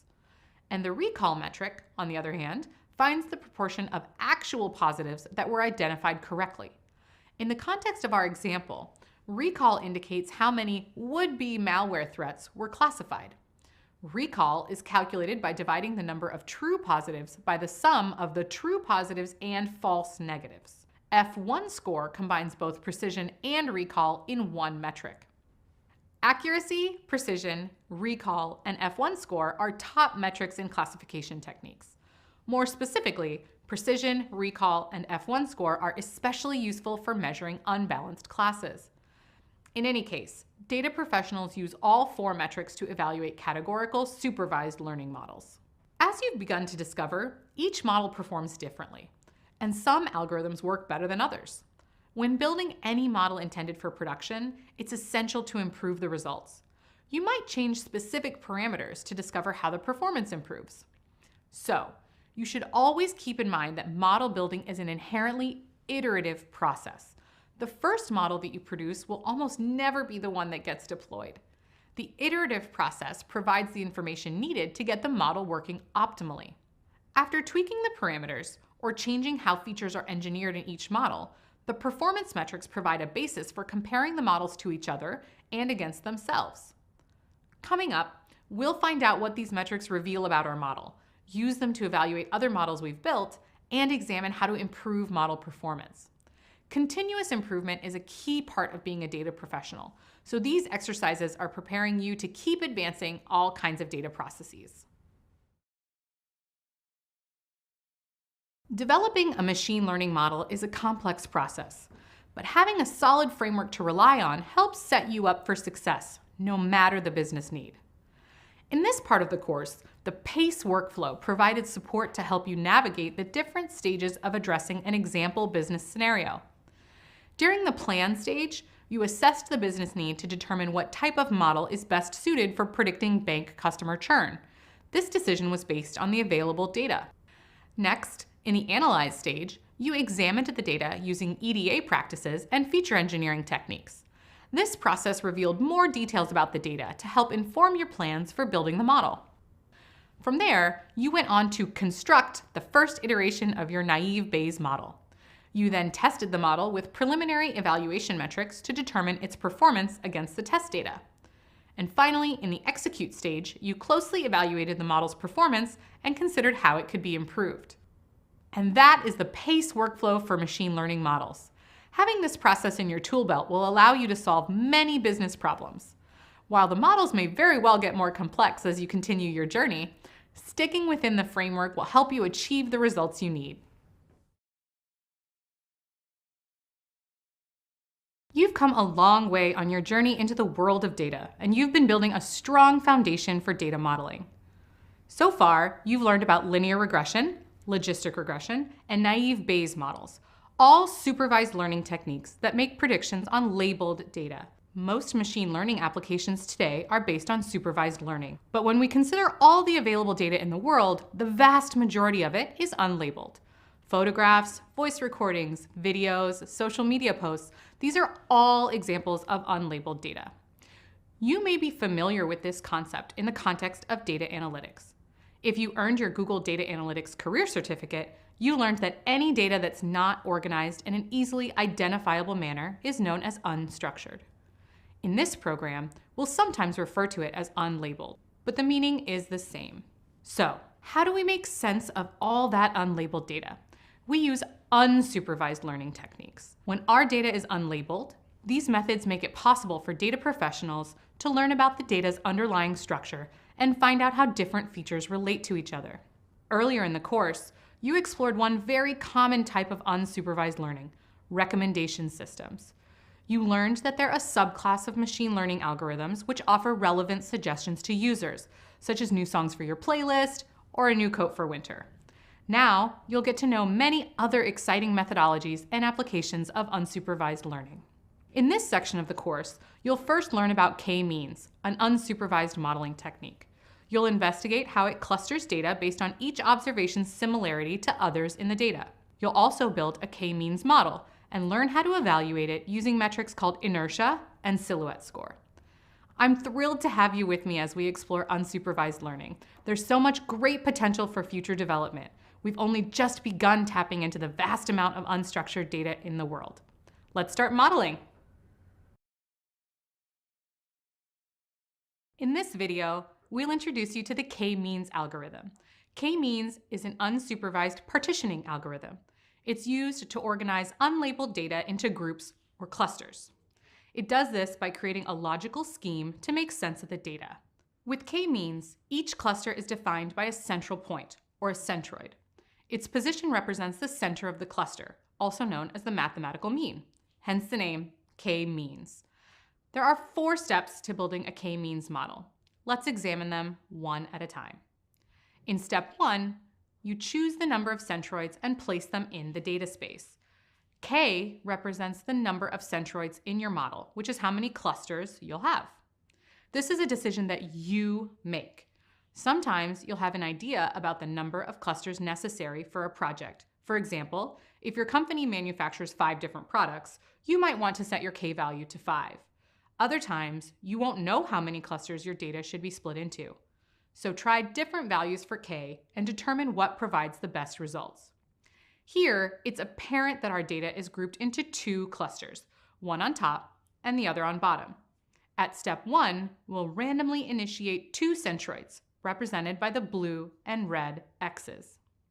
Step 2 is to assign each data point to its nearest centroid. The nearest centroid is the one that's closest in space. In this example, the top 2 observations are assigned to the blue centroid, and the bottom 2 observations are assigned to the red centroid. As a quick refresher, in this context, an observation is simply any data point being observed. Step 3 is to recalculate the centroid of each cluster. Again, the centroid's location is calculated by taking the mean of all of the points in its cluster. Note that the centroids move to the midpoint of their clusters. This will happen each iteration until the algorithm reaches convergence. This is the stable point found at the end of a sequence of solutions. Step 4 is to repeat steps 2 and 3 until the algorithm converges. In this case, we have very little data, so the model is simple and has already converged. If you had a lot more data, the centroids would get increasingly closer to their related clusters. You also might find that the cluster assignment of each data point changes as the centroid locations move within each iteration. Something to be mindful of is that it's important to run the model with different starting positions for the centroids. This helps avoid poor clustering caused by local minima. In other words, not having an appropriate distance between clusters. Let's explore this concept using our example. What if this had been the initial positions of our centroids? Notice what happens. In step 2, we assign the points to their nearest centroid. With these particular starting positions, the 2 observations on the left are assigned to the red cluster, and the 2 observations on the right are assigned to the blue cluster. For step 3, we recalculate the position of each cluster's centroid. The model has converged, but the clusters aren't what we'd expect. We know that the most intuitive clustering would be for the top 2 observations to be in one cluster and the bottom 2 in another. But that's not what happened, and further iterations will not change this. This is why it's important to run the model with different centroid initializations and to avoid poor clustering due to the model converging in local minima. Note that this clustering isn't wrong. It's still a valid resolution of the model. It just doesn't make much sense in this context. After all, the goal is to find a clustering scheme that makes sense of your data. Finally, note that even though k-means is a partitioning algorithm, data professionals typically talk about it as a clustering algorithm. The difference is that outlying points in clustering algorithms can exist outside of the clusters. However, for partitioning algorithms, all points must be assigned to a cluster. In other words, k-means does not allow unassigned outliers. So to recap, k-means is an unsupervised learning technique that groups unlabeled data into k clusters based on similarity. The clustering process has 4 steps that repeat until the model converges. The value for k is a decision that the modeler makes. And finally, It's important to build multiple models to avoid poor clustering. Later in this section, you'll learn how to determine the best value for k. You'll also discover some of the limitations of k-means models. Lots more coming up. At this point, you're familiar with the basic intuition behind the k-means algorithm. In this video, we're going to demonstrate how to apply your knowledge of k-means to an actual example. We'll use the k-means algorithm to compress colors in a photographic image. This demonstration is intended to lead you through an application of the k-means theory to give you a deeper understanding of how it works. So for this video, focus less on the mechanics of the code itself and more on the results. Let's get started. We're going to use a photograph of some tulips as our data, which we'll read in as an array using matplotlib's imRead function and display using its imShow function. This is the image that we're going to manipulate using k-means. When we check the shape of the image in pixels, we're told that it's 320 by 240 by 3. We can interpret these numbers as pixel information. Each dot on the screen is a pixel. This photograph has 320 vertical pixels and 240 horizontal pixels. But what is the dimension of 3? This dimension refers to the values that encode the color of each pixel. Each pixel has 3 parameters: red, or R, green, or G, and blue, or B. Together, these values are known as RGB values. The value for each color, R, G, and B, can range from 0 to 255. This means that there are 256 cubed, or more than 16 million different possible combinations of RGB, each resulting in a unique color. To prepare this data for modeling, we'll reshape it into an array where each row represents a single pixel's RGB color values. Now we have an array that is 76,800 by 3. Each row is a single pixel's color values. Let's create a pandas data frame to help us understand and visualize this data. Each row of the data frame represents a single pixel, and the 3 columns are its R, G, and B values. Because we have only 3 columns, we can visualize this data in 3-dimensional space. This graph plots each of the photograph's pixels in a 3D coordinate space. Each axis ranges from 0 to 255, just like each value in RGB. And each dot in the graph is the color specified by its RGB values, just like in the original photograph. The more intense the color, the more dots are concentrated in that area. The most represented colors here are the most abundant colors in the photograph, mostly reds, greens, and yellows. We can examine this graph from different angles and even zoom in and out. We can also train a k-means model on this data. The algorithm would create k clusters by minimizing the squared distances from each point to its nearest centroid. Here's an experiment. What do you expect to happen if we built a k-means model with just a single centroid? In other words, with k equal to 1. Let's find out. We'll first instantiate the model. As a refresher, instantiation involves creating a copy of the class, which inherits all class variables and methods. So let's set the number of clusters to 1 and fit it to our data. Now we're going to copy the original image, replace each of its rows with the values of its closest cluster center, and reshape the image so we can display it. The image we get back doesn't resemble tulips at all. So what happened? Well, let's run through the k-means steps. First, the algorithm randomly placed a centroid in the 255 by 255 by 255 color space. Then, it assigned each point to its nearest centroid. Because there was only one centroid, all points were assigned to it, and therefore to the same cluster. Next, the algorithm updated the centroid's location to the mean location of all of its points. Again, there's only a single centroid, so it updated to the mean location of every point in the image. Usually, these steps would repeat until the model converges, but in this case, it took only one iteration. We updated each pixel's RGB values to be the same as those of our centroid. The result is the image of our tulips where every pixel is replaced with the average color. We can verify this for ourselves by manually calculating the average for each column in the array. This will return the mean R value, G value, and B value. Let's compare this to what the k-means model calculated as the final location of its one centroid. We'll do this by using the cluster centers attribute of the fit k-means model object. They're the same. Now let's return to the 3D rendering of our color space, only this time we'll add the centroid. The centroid is a large circle in the middle of the color space. Notice that this is the center of gravity, so to speak, of all the points in the graph. Okay, now let's refit another k-means model to the data, only this time using k equals 3. Take a moment now to consider what you might expect to result from this. Go through the steps of what the model is doing like we did above. What colors are you likely to see? So, we refit the model setting our number of clusters to 3, and we get 3 centroid locations, which are the RGB values we can use to display the colors of each centroid. We'll use a helper function to display our color swatches. And there they are. You might have hypothesized that there'd be similar colors as a result of the 3 cluster models. And that's correct. The photo's dominant colors of red, green, and yellow are present here.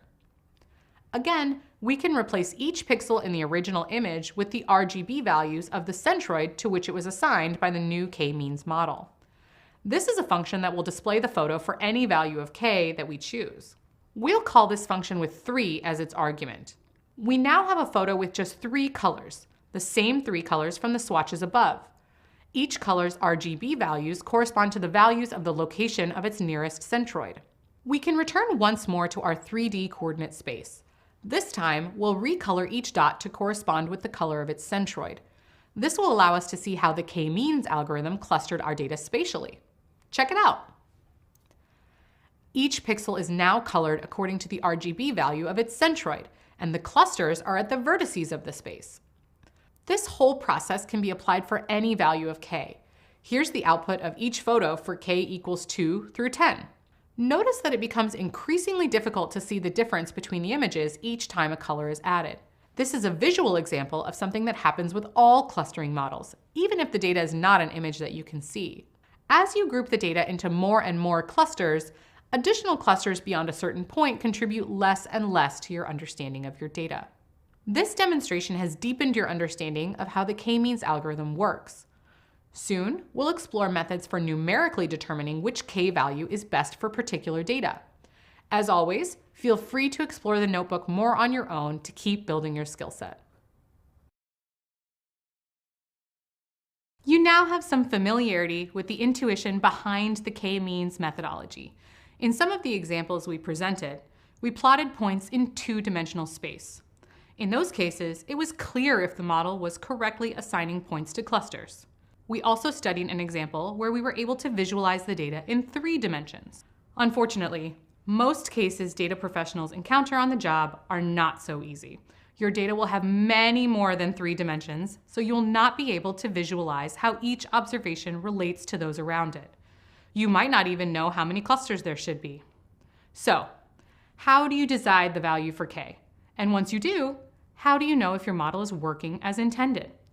In linear and logistic regression, you used metrics such as R-squared, mean squared error, area under the ROC curve, precision, and recall to evaluate the effectiveness of your model. But in unsupervised learning, you don't have any labeled data to compare your model against. The metrics aren't applicable. In fact, your model isn't predicting anything. Instead, it's grouping observations based on their similarities. It's up to you to investigate and understand the different clusters. Remember, if you have some domain knowledge or the problem you're trying to solve has its own constraints, use these things to your advantage. For example, maybe you're investigating customer segmentation for a service that offers 4 different subscription levels. Then you'd probably want to use 4 as your value for k. But if you have no way of knowing in advance what value to use for k, don't worry. There are other ways to figure it out. Before we get started with evaluation metrics, consider what makes for a good clustering model. Basically, you want clearly identifiable clusters. This means that within each cluster, or intra-cluster, the points are close to each other. It also means that between the clusters themselves, or inter-cluster, you want lots of empty space. One way to evaluate the intra-cluster space in a k-means model is to identify its inertia. This is a different concept from inertia as it's defined in physics. Here, Inertia is defined as the sum of the squared distances between each observation and its nearest centroid. Essentially, this is a measurement of how closely related observations are to other observations within the same cluster. That information is then aggregated across all the clusters to produce a single score for the particular metric being measured. Another important metric for evaluating your k-means model is the silhouette score. This is a more precise evaluation metric than inertia because it also takes into account the separation between clusters. Silhouette score is defined as the mean of the silhouette coefficients of all the observations in the model. We'll cover this in more depth later. For now, just know that the silhouette score helps evaluate your model, provides insight as to what the optimal value for k should be, and uses both intra-cluster and inter-cluster measurements in its calculation. Nice work! You now have a better understanding of what makes a good clustering model. You also understand more about some of the metrics to determine your model's effectiveness. Coming up, we'll further explore these metrics and learn how data professionals put them to use on the job. Previously, you were introduced to inertia and silhouette scores as metrics to evaluate k-means models. These are indispensable tools for data professionals who work with k-means models and any other model in the clustering family. Now, let's expand on these concepts. Consider again what makes a good clustering model. Ideally, you'd have tight clusters of closely related observations, and each cluster is well separated from other clusters. Remember that inertia is the sum of the squared distances between each observation and its closest centroid. It's a measurement of intra-cluster distance, so it gauges how closely related each observation is to the other observations in its own cluster. Inertia can be represented by this formula, where n is the total number of observations in the data, and c sub k is the centroid of the cluster that the observation x sub I is in. The more compact the clusters, the lower the inertia, because there's less distance between each observation and its nearest centroid. Therefore, it's important for inertia to be as close to zero as possible. Can inertia ever be zero? Well, it's possible, but this scenario wouldn't offer any new insight into the data. Here's why.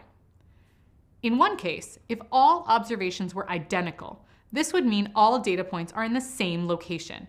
Then, inertia equals 0 for all values of k. And the second case is when the number of clusters is equal to the number of observations. If each observation is in its own cluster, then its centroid is itself. Inertia is a great metric because it helps us to decide on the optimal k value. We do this by using the elbow method. In the elbow method, we first build models with different values of k. Then, we plot the inertia for each k value. Here's an example. Notice that the greater the value is for k, the lower the inertia. So should you always select high k values? Well, no. A low inertia is great, but if it results in meaningless or inexplicable clusters, it doesn't help you at all. A good way of choosing an optimal k value is to find the elbow of the curve. This is the value of k at which the decrease in inertia starts to level off. In this example, that occurs when we use 3 clusters. Sometimes it might be difficult to choose between 2 consecutive values of k. In that case, it's up to you to determine which is best for your particular project. The second important metric for evaluating your k-means model is the silhouette score. This is a more precise evaluation metric than inertia because it takes into account the separation between the clusters. Silhouette score is defined as the mean of the silhouette coefficients of all the observations in the model. Each observation has its own silhouette coefficient, which is calculated as b minus a over whichever value is greater, a or b, where a is the mean distance from that observation to all other observations in the same cluster, and b is the mean distance from that observation to each observation in the next closest cluster. The silhouette coefficient can be anywhere between -1 and 1. Consider this schematic. If an observation has a silhouette coefficient close to 1, it means that it's both nicely within its own cluster and well separated from other clusters. A value of 0 indicates that the observation is on the boundary between clusters. If your observation has a silhouette coefficient close to -1, it may be in the wrong cluster. So, as you've just experienced, when using silhouette score to help determine how many clusters your model should have, you'll generally want to opt for the K value that maximizes your silhouette score. Inertia and silhouette score are important metrics to help you determine the most appropriate number of clusters for your k-means model. Now that you're familiar with how they're derived, you'll be well prepared to continue working with them.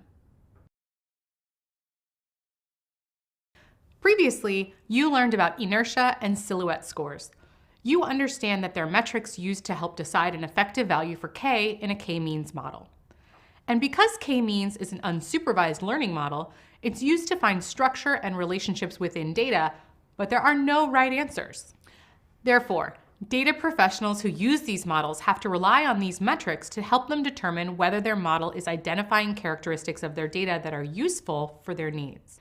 In this video, we're going to build a k-means model and evaluate it using inertia and silhouette score.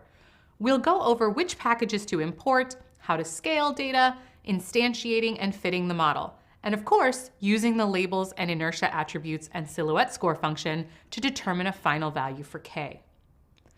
Once again, we'll return to Jupyter Notebooks as the platform where we'll build our models. In a new notebook, the first step, as always, is to begin with import statements. This will create the computing environment with the necessary packages and tools for your project. In this case, we'll import NumPy and Pandas as our operational packages. We'll also import the following task-specific items from scikit-learn: k-means, silhouette score, and standard scaler. Note the syntax, as each item is imported from a different package. K-means comes from sklearn.cluster, silhouette score comes from sklearn.metrics, and standard scaler comes from sklearn.preprocessing. The function makeBlobs is something we'll use just for this demonstration to help us create synthetic data. We'll use Seaborn for graphing. In practice, you'd have a real data set, and you'd read in this data and perform EDA, data cleaning, and other manipulations to prepare it for modeling.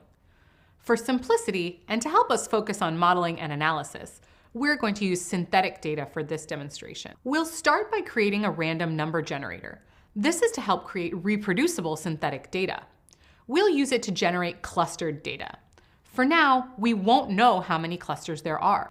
By calling the random number generator and assigning the result to a variable, we can avoid viewing the true number of clusters our data has. This will let us use inertia and silhouette coefficients to determine it. This next step uses makeBlobs and our random number generator to create data that has an unknown number of clusters, at least to us. These steps return a NumPy array, but it's usually helpful to view your data as a Pandas data frame. This is often how your data will be organized when modeling on the job. So we'll convert our data to a Pandas data frame. In the 6 columns, we find that our data has 6 features. This is too many dimensions for us to visualize in 2D or 3D space. We can't observe how many clusters there are, so we'll need to use our detective skills to figure it out. Because k-means uses distance between observations as its measure of similarity, it's important to scale our numerical data before modeling if it's not already scaled. For this, we'll use scikit-learn's standard scaler. Standard scaler scales each point x sub I by subtracting the mean for that feature and dividing by the feature's standard deviation. This ensures that all the variables have a mean of 0 and a variance standard deviation of 1. There are a number of scaling techniques available in scikit-learn's pre-processing package, including standard scaler, min-max scaler, normalizer, and others. There's no firm rule for determining which method will work best, but with k-means models, using any scaler will almost always lead to better results than not scaling at all. We can instantiate standard scaler and transform our data in a single step by using the .fit transform method and passing our data to it as an argument. Here's a tip. If your computer has enough memory, it's helpful to keep an unscaled copy of your data to use later. So we'll assign the scaled data to a new variable called x_scaled. Now that the data is scaled, we can start modeling. Because we don't know how many clusters exist in the data, we'll begin by examining the inertia values for different values of k. Let's start with k equals 3, an arbitrary number in this case. One thing to note is that by default, scikit-learn implements an optimized version of the k-means algorithm called k-means++. This helps ensure optimal model convergence by initializing centroids far away from each other. Because we're using k-means++, we will not rerun the model multiple times. Now, let's instantiate the model. Because we want to build a model that puts our data into 3 clusters, we set the n_clusters parameter to 3. We'll also set the random_state to an arbitrary number. This is only so others can reproduce our results. If we left this value blank, it's possible others could replicate our code exactly and still get different results due to the random initial placement of centroids. The next step is to fit the model to the data. We do this by using the fit method and passing in our scaled data. This returns a model object that has learned your data. You can now call its different attributes to view inertia, location of centroids, and class labels, among others. We can get the cluster assignments by using the labels attribute. Similarly, find the inertia by using the inertia attribute. Let's find out what happens when we check the cluster assignments and inertia for this model. The labels attribute returns a list of values that is the same length as the training data. Each value corresponds to the number of the cluster to which that point is assigned. Because our k-means model clustered the data into 3 clusters, the value assigned to each observation will be 0, 1, or 2. The inertia attribute returns the sum of the squared distances from each sample to its closest cluster center. This inertia value isn't helpful by itself. We need to compare the inertias of multiple k values. To do this, create a function called k-means inertia that fits a k-means model for multiple values of k, in our case, 2 through 10. The function calculates the inertia for each value, appends it to a list, and returns that list. Then we plot it. The x-axis is the number of clusters, and the y-axis is the inertia. This plot contains an unambiguous elbow at 5 clusters. Models with more than 5 clusters don't appear to reduce inertia at all. Right now, it seems like a 5-cluster model might be optimal. But let's check the silhouette scores. Hopefully the results will corroborate our findings.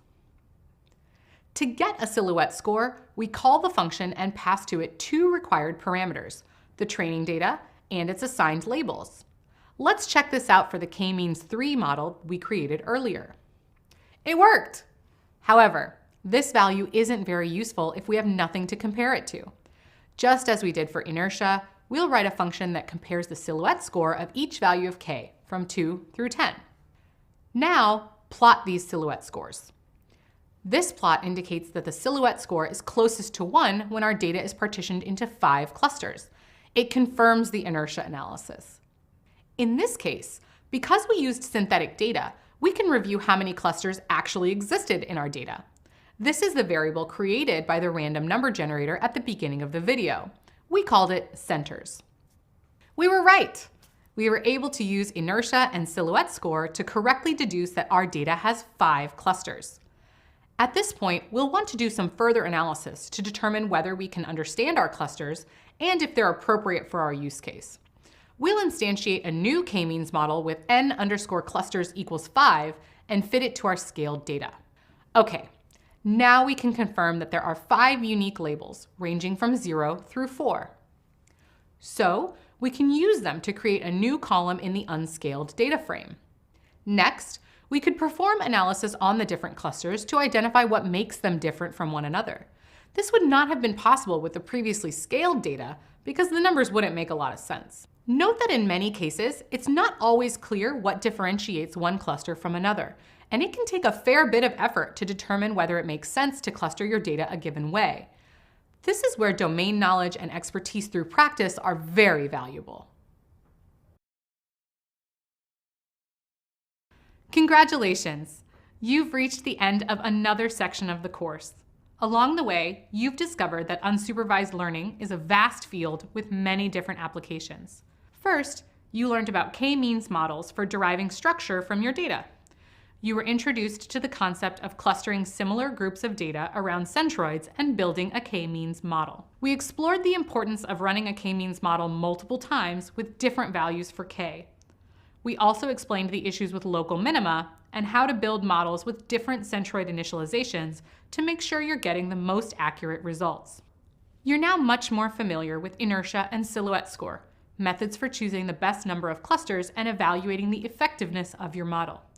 And you can identify the elbow of an inertia curve and use it to help determine an optimal k value. There's a whole world of unsupervised learning models and methodologies out there. This is just the beginning, but now you're empowered with key tools for navigating the landscape and developing your talents as a data professional. Hello, and welcome back.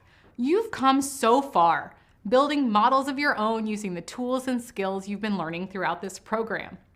Now, in this final part of the course, you'll revisit supervised machine learning by investigating some more advanced classification techniques. These advancements are very exciting for data professionals because they enable us to overcome some typical modeling limitations. One such method is tree-based learning. Tree-based learning is a type of supervised machine learning that performs classification and regression tasks. It uses a decision tree as a predictive model to go from observations about an item, represented by the branches, to conclusions about the item's target value, represented by the leaves. Soon, you'll learn how single decision trees provide a foundation for more advanced approaches to all kinds of data work. Then, you'll move on to ensemble learning techniques, which enable you to use multiple decision trees simultaneously in order to produce very powerful models. In addition to learning how these new models work and their use cases, you'll be introduced to hyperparameter tuning. Knowing how and when to adjust or tune a model can help a data professional significantly increase performance. Together, we're going to build models that can be very impactful for tons of different business applications.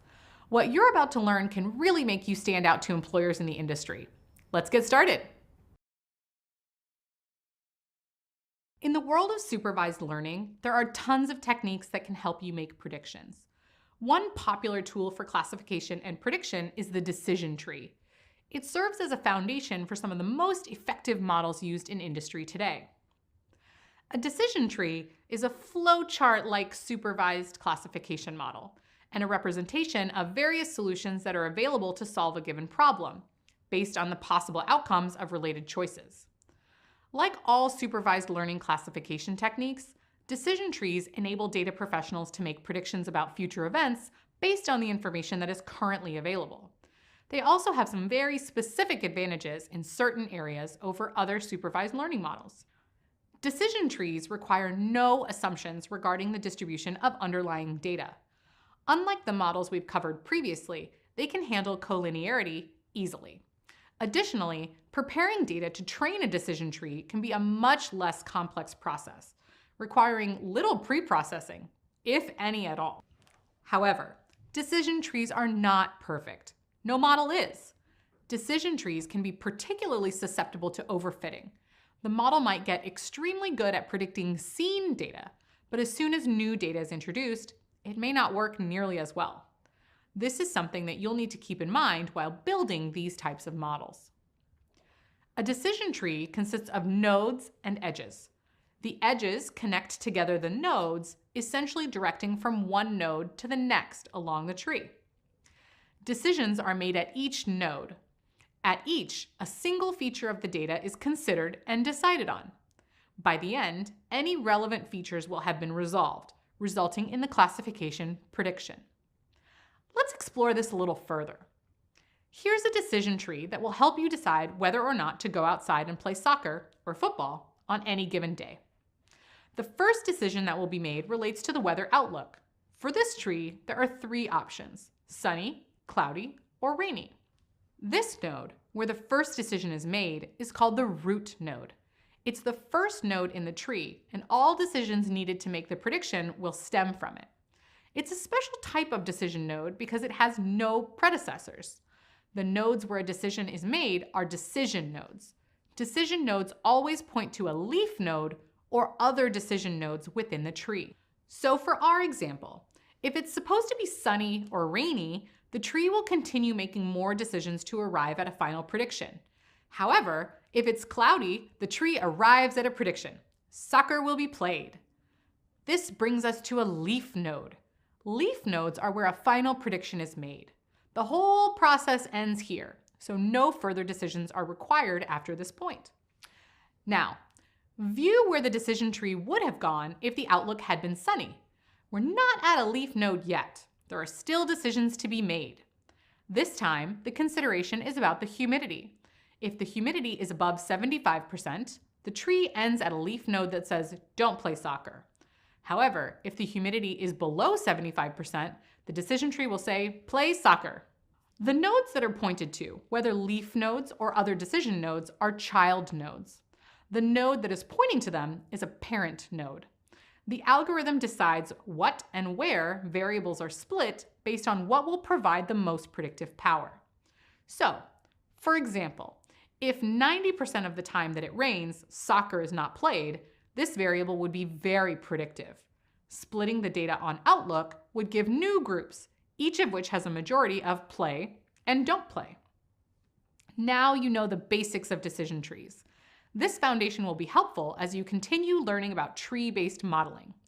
Coming up, you'll cover the aspects of building the tree and using your training data to develop the nodes and edges. Then, you'll learn how to optimize tree-based models and what you, as a data professional, can do to maximize their capabilities. Now that you've developed a solid understanding of classification models, it's time to build a model that's a bit more advanced. In this video, you'll examine how to create a single standard decision tree in Python. We're going to use a decision tree to approach the same business need as with the naive Bayes model from earlier, modeling customer bank churn. The first thing, as always, is to import any necessary packages and libraries into our notebook. You've experienced most of these before, but the packages for the decision tree itself are new. Let's import Decision Tree Classifier, the scikit-learn implementation of a single decision tree. Additionally, import the plot tree function to produce a visual of the decision tree after it's built. We also import the confusion matrix and confusion matrix display functions to help us calculate and plot a confusion matrix for our model. And lastly, we have our 4 evaluation metrics. We're going to read in the original dataset as a pandas data frame as usual. Remember, this is where you'd normally do exploratory data analysis, or EDA. Then, you would use what you learned from EDA and what you know about the use case of your model to decide on an appropriate evaluation metric. For our bank churn models, we're going to assume that a metric that balances precision and recall is best. The metric that helps us achieve this balance is F1 score, which is defined as the harmonic mean of precision and recall, or their product divided by their sum. Again, there are many metrics to choose from. The important thing is that you make an informed decision that is based on your use case. Now that we've decided on an evaluation metric, let's prepare the data for modeling. Just as before, we'll drop the unpredictive features and the gender column so our model doesn't predict based on gender. Then, we'll dummy encode the geography column, creating Boolean columns from the categorical column. Our last preparation is to separate our target variable from the rest of the data, and then split the data into training and test sets using the train test split function. Don't forget to stratify based on the target. The first thing we'll do is train a baseline decision tree model. We won't tune it. It's just to give us scores that we can use as points of reference. We do this by instantiating the classifier and setting the random state. We'll assign it to a variable called decision tree. Next, we'll fit it to the training data. This grows a decision tree on our data. It all happens behind the scenes. Finally, we'll use the predict method to use the tree we just grew to make predictions on the X-test data, assigning the results to a variable called dtpred. Now we can get the results by using the different evaluation metric functions we imported. This model's F1 score is better than what we got from the naive Bayes model we built. Let's inspect the confusion matrix of our decision tree's predictions. First, we'll write a short helper function to help us display the matrix. Notice from this confusion matrix that the model correctly predicts many true negatives. This is to be expected because the dataset is imbalanced in favor of negatives. When the model makes an error, It appears slightly more likely to predict a false positive than a false negative, but it's generally balanced. This is reflected in the precision and recall scores both being very close to each other. Next, let's examine the splits of the tree.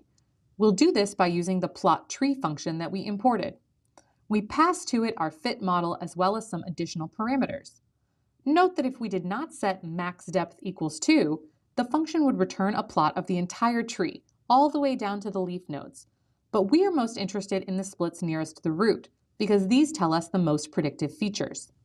Class names displays what the majority class of each node is, and filled colors the nodes according to their majority class. How do we read this plot? The first line of information in each node is the feature and split point that the model identified as being the most predictive. In other words, this is the question that's being asked at that split. For our root node, the question was, is the customer less than or equal to 42.5 years old? At each node, if the answer to the question it asks is yes, the sample would move to the child node on the left. If the answer is no, the sample would go to the child node on the right. Gini refers to the node's Gini impurity. This is a way of measuring how pure a node is. The value can range from 0 to 0.5. A Gini score of 0 means there's no impurity. The node is a leaf, and all of its samples are of a single class. A score of 0.5 means the classes are all equally represented in that node. Samples is how many samples are in that node, and value indicates how many of each class are in the node. Returning to the root node, we have value equals 5,972 and 1,528. Notice that these numbers sum to 7,500, which is the number of samples in the node. This tells us that 5,972 customers in this node stayed and 1,528 customers churned. Lastly, we have class. This tells us the majority class of the samples in each node. If we look at the top of the tree, this plot tells us that if we could only do a single split on a single variable, the one that would most help us predict whether a customer will churn is their age. If we look at the nodes at depth 1, we notice that the number of products and whether or not the customer is an active member also are both strong predictors of whether or not they will churn. This is a good indication that it might be worthwhile to return to your EDA and examine these features more closely. Now that you have a basic understanding of how tree-based modeling works in Python, you have two more techniques to learn before moving on to some more powerful optimization techniques: hyperparameter tuning and cross-validation. Using these, we can optimize single decision trees even further, and you'll use those concepts to supercharge the models you'll learn later on. Meet you again soon! Recently, you've been exploring how to build a decision tree classifier model. For many of the models you've worked with throughout this course, you used evaluation metrics, such as F1 score, to gauge their performance. But throughout this section of the course, you'll be taking an extra step to gain some additional performance increases from your models. A very popular and widely used technique to improve performance after creation is known as hyperparameter tuning. Hyperparameters are parameters that can be set before the model is trained. They can be tuned to improve model performance, directly affecting how the model is fit to the data. Hyperparameter tuning is the process of adjusting the parameters to find the best values that will result in the most optimal model. Just like a musician tuning the strings on their guitar, the idea is to achieve balance and a beautiful result. For tree-based modeling, there are many hyperparameters that can be tuned, and they can have a big impact on the model itself. You've actually already used one previously in this course when you worked with k-means. As you'll recall, when building a k-means model, you set the value of k to produce different cluster results. But when you changed its value, you performed hyperparameter tuning. One of the more basic hyperparameters for a decision tree is called max depth. Setting this hyperparameter defines a limit of how long a decision tree can get. The depth of a decision tree is the number of levels between the root node and the farthest node from the root node, with the root node itself being level 0. Consider our previous example. This tree has 3 levels. The root node is level 0. The nodes in the middle are level 1, and the leaf nodes all the way at the bottom are level 2. So this tree has a depth of 2. However, this decision tree has a depth of 4. Even though this decision tree isn't as filled out as the previous example, what matters is the distance of the farthest node from the root and whether it's a leaf node or a decision node. This leads us back to max depth. When working with very large data sets, you could potentially create massive trees that are very deep. But this isn't necessarily what you want for your model. So, setting a value for max depth can help reduce overfitting problems by limiting how deep the tree will go. Additionally, it can reduce the computational complexity of training and using the model in the first place. For example, if you're finding that a decision tree has the same performance with a depth of 10 versus a depth of 100, you can set max depth to 10 and achieve the desired performance more quickly. Another very commonly used hyperparameter is called min samples leaf. This hyperparameter defines the minimum number of samples that must be contained in a leaf node. It means that split will only happen if there are enough samples in each of the result nodes to satisfy the required value. For example, maybe part of the way down your tree, there's a decision node that currently has 10 samples. However, the min samples leaf hyperparameter is set to 6. There would be no way to split the data so that each leaf node has 6 samples, and therefore no further split can take place. There are other hyperparameters for decision trees that you'll learn, but first, let's explore finding the optimal values for the parameters. And here's where something called grid search is useful. Grid search is a tool to confirm that a model achieves its intended purpose by systematically checking every combination of hyperparameters to identify which set produces the best results based on the selected metric. So, at the end, you'll have values that produce optimal results for your model. When performing a grid search, the first step is to specify which parameters you want to tune and the set of values that you want to search over. For example, maybe we want to tune max depth and min samples leaf. We would define potential values for each of these. For max depth, we could check depths of 4, 8, 12, 20, and 30. For min samples leaf, we could try 10, 50, and 100. The algorithm will check every combination of values to see which pair has the best evaluation metrics. It would first check max depth of 4 with min samples leaf of 10, then 50, then 100. The algorithm would then check max depth of 8 with min samples leaf of 10, then 50, then 100. This continues until every combination has been analyzed. Remember, you can try any values and any number of values during grid search if you believe the benefits are worth the cost of your computing time. Coming up, we'll put into practice many of the tree-based modeling concepts you've learned so far, all the way from constructing the tree to optimizing it and using it to make some classification predictions. Looking forward to it! You now know about many of the tools involved with building some pretty powerful models. Now in this video, you'll explore model validation. Model validation is the set of processes and activities intended to verify that models are performing as expected. This is achieved with a validation dataset, which is a sample of data that's held back during training. The validation dataset is instead used to give an unbiased estimate of the skill of the final tuned model. Note that validation data is different from test data and must remain unseen until the very end of the process. In some of the models we've built so far, we haven't been doing this. But that's okay. We were just using those models to understand the process of building an evaluation. Previously, before training the model, we took our data and split it into 2 sets, one training set and one testing set. These sets were used to train and test the model, respectively. With validation, the data is actually split into 3 sets. The first 2 are training and testing sets as before, but now there's an additional validation set. This validation set is used instead of the test set to evaluate the model, leaving the test set untouched. In addition, another popular method is cross-validation.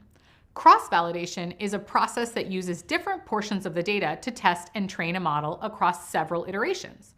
It works like validation, but with a slight twist. Instead of having one validation set to evaluate the model, the training data is split into multiple sections, known as folds. Then, the model is trained on different combinations of these folds. For example, perhaps we want 5 folds. First, the data would be split into the training and test data. Then, the training data would be split into the 5 folds. The first model iteration will train with folds 1, 2, 3, and 4, using the 5th fold to get metrics for the model. The next will train with folds 1, 2, 3, and 5, using the 4th fold to get metrics. This process repeats until every combination is done, and the evaluation metrics are averaged to get final validation scores. Which validation technique you choose mainly depends on the dataset you're working with. Cross-validation is particularly useful when working with smaller datasets, as it maximizes the utility of the data available, more so than standard validation. However, cross-validation is not necessary when working with very large datasets. There's so much data that maximizing the utility is not required, and actually can be problematic depending on the computing resources at your disposal. However, if limited computing resources or constraints in the data are not issues, then cross-validation is almost always applied. Validation schemes are essential to building and selecting effective models. Data professionals working on these types of business projects are responsible for determining the best scheme to use. This comes with experience, along with an understanding of the data and the available tools. You're well on your way to developing these important skills.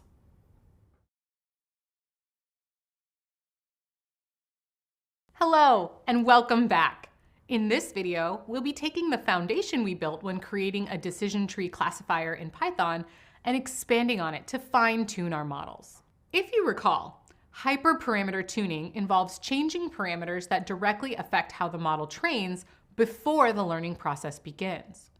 Different models have different types of hyperparameters that are available for you to adjust. You've learned about 2 that apply to tree-based models, max depth and min samples leaf. As a reminder, max depth defines how long a decision tree can get, and min samples leaf defines the minimum number of samples for a leaf node.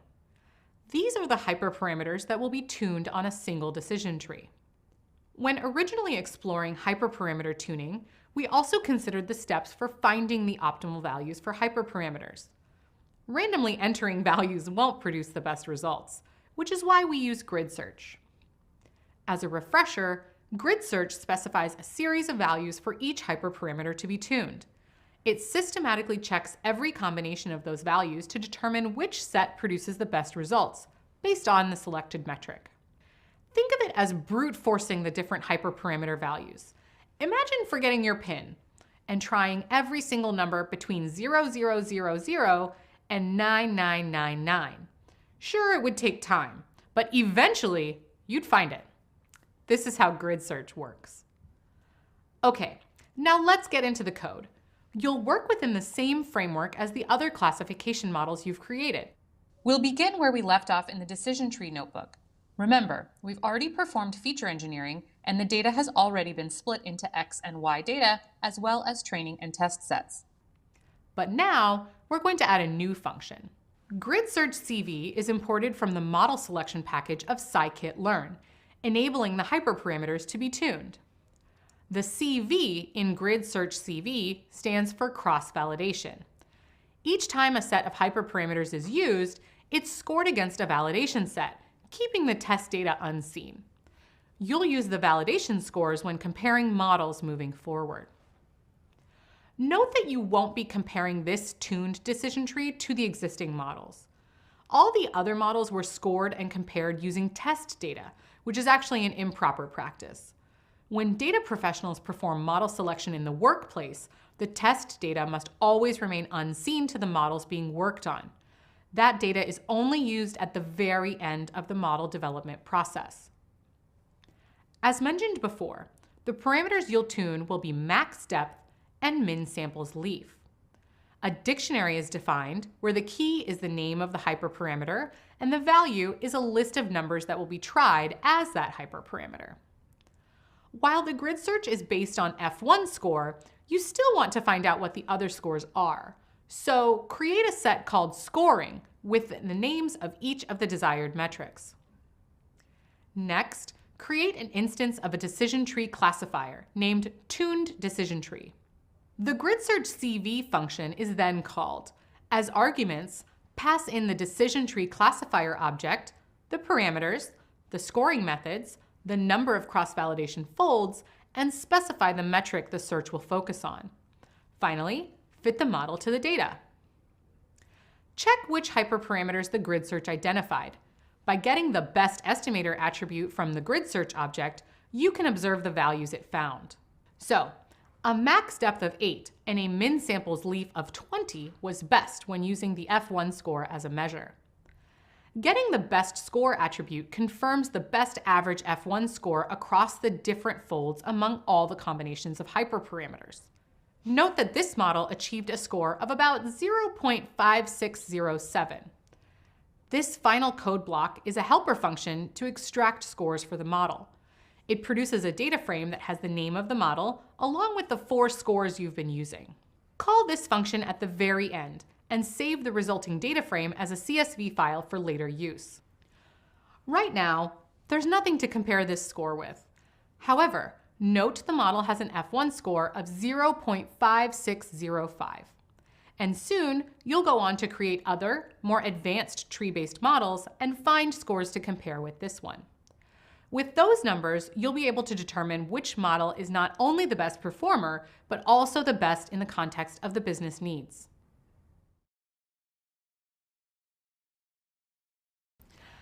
At this point, you've learned that decision trees are useful because they're easy to understand and interpret, flexible with regard to the data they use, and highly versatile. Decision trees can be good predictors, but you also know that they're prone to overfitting and they're very sensitive to variations in the training data. How do we solve these problems? The answer is by using the wisdom of the crowd. Perhaps you're familiar with this concept because it can apply to everyday situations as well. If I have a jar filled with jelly beans and I ask a spatial math expert to examine it and guess how many jelly beans there are, their estimate will typically be less accurate than if I ask 1,000 ordinary people to do the same thing and then take the average of their guesses. We can apply this same concept to modeling using a process called ensemble learning, or simply ensembling. Ensemble learning involves building multiple models and then aggregating their outputs to make a final prediction. Just like in our jelly bean example, predictions using an ensemble of models are very accurate, even when the individual models themselves are barely more accurate than a random guess. A best practice when building an ensemble is to use very different methodologies for each model it contains, such as a logistic regression, a naive Bayes model, and a decision tree classifier. In this way, when the models make errors, and they always will, the errors will be uncorrelated. The goal is for them to not all make the same errors for the same reasons. You could build an ensemble using the 3 models I just mentioned. You'd train each model on the same data, then use each model's individual predictions to make a final prediction, say by taking the majority vote if it's a classification task, or averaging the results if it's a regression task. But there's another way to build an ensemble, a way that uses the same methodology for every contributing model. In this kind of ensemble, each individual model that comprises it is called a base learner. For this method to work, you usually need a lot of base learners, and each is trained on a unique, random subset of the training data. If the base learners were all trained on the exact same data, there would be too much correlation between the errors. This would affect the strength of the base learners. And if a base learner's prediction is only slightly better than a random guess, it becomes a weak learner. So, to address this, data professionals do something called bagging in order to ensure random subsets of the data and strong learners. The word bagging comes from bootstrap aggregating. Let's break this down.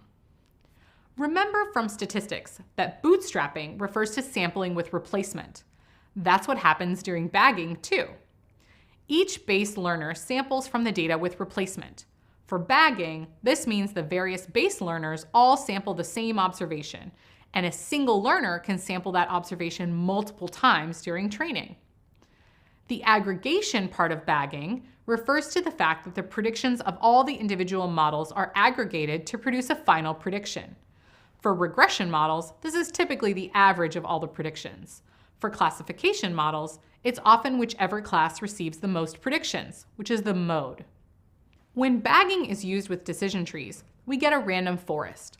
A random forest is an ensemble of decision tree-based learners that are trained on bootstrapped data.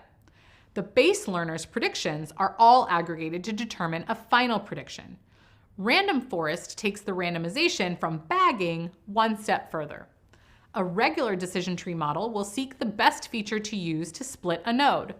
A random forest model will grow each of its trees by taking a random subset of the available features in the training data, and then splitting each node at the best feature available to that tree.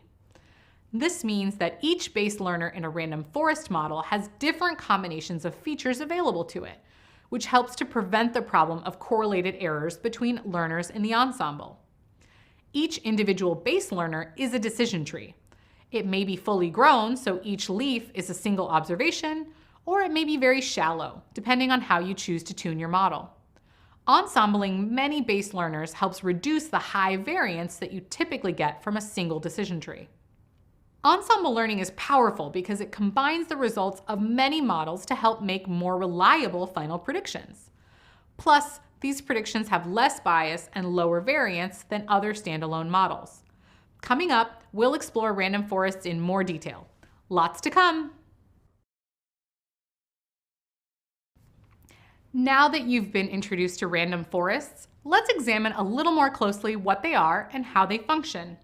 It's important to understand this methodology because it's commonly used in data work, and many of its component steps are used by other, more advanced modeling strategies.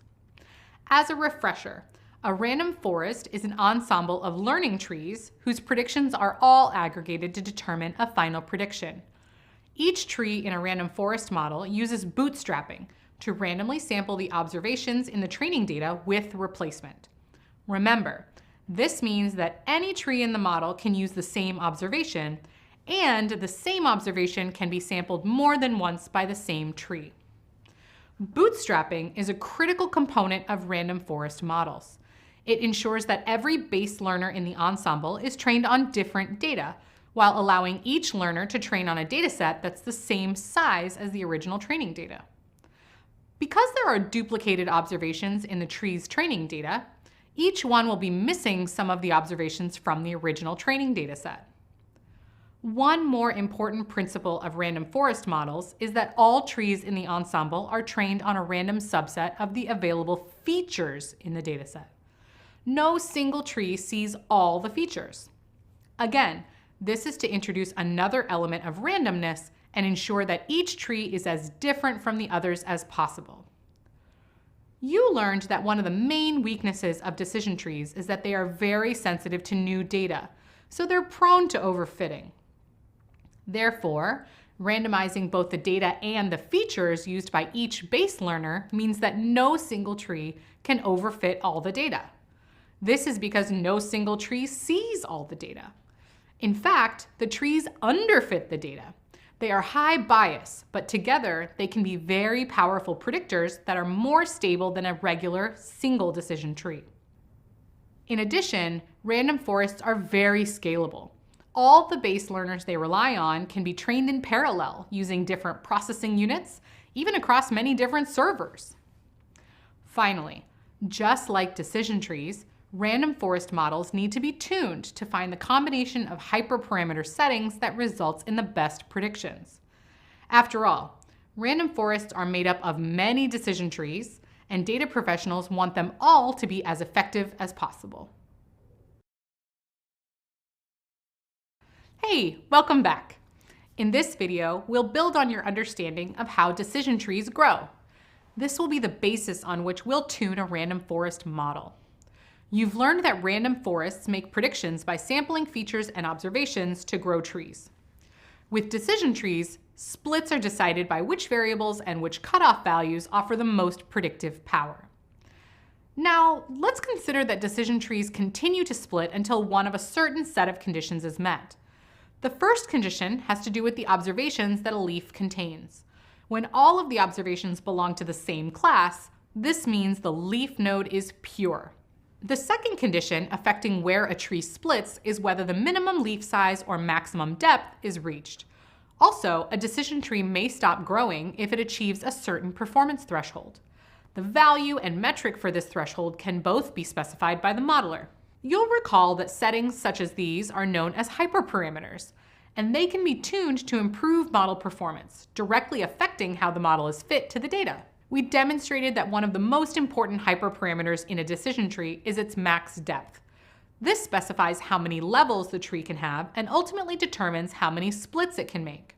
Remember, every time a node splits, your data gets separated into smaller subsets. The model is drawing another decision boundary. We also introduced you to min samples leaf, which defines the minimum number of samples for a leaf node.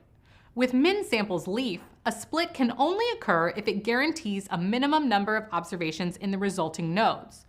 Now, a new concept, min samples split, can be used to control the threshold below which nodes become leaves.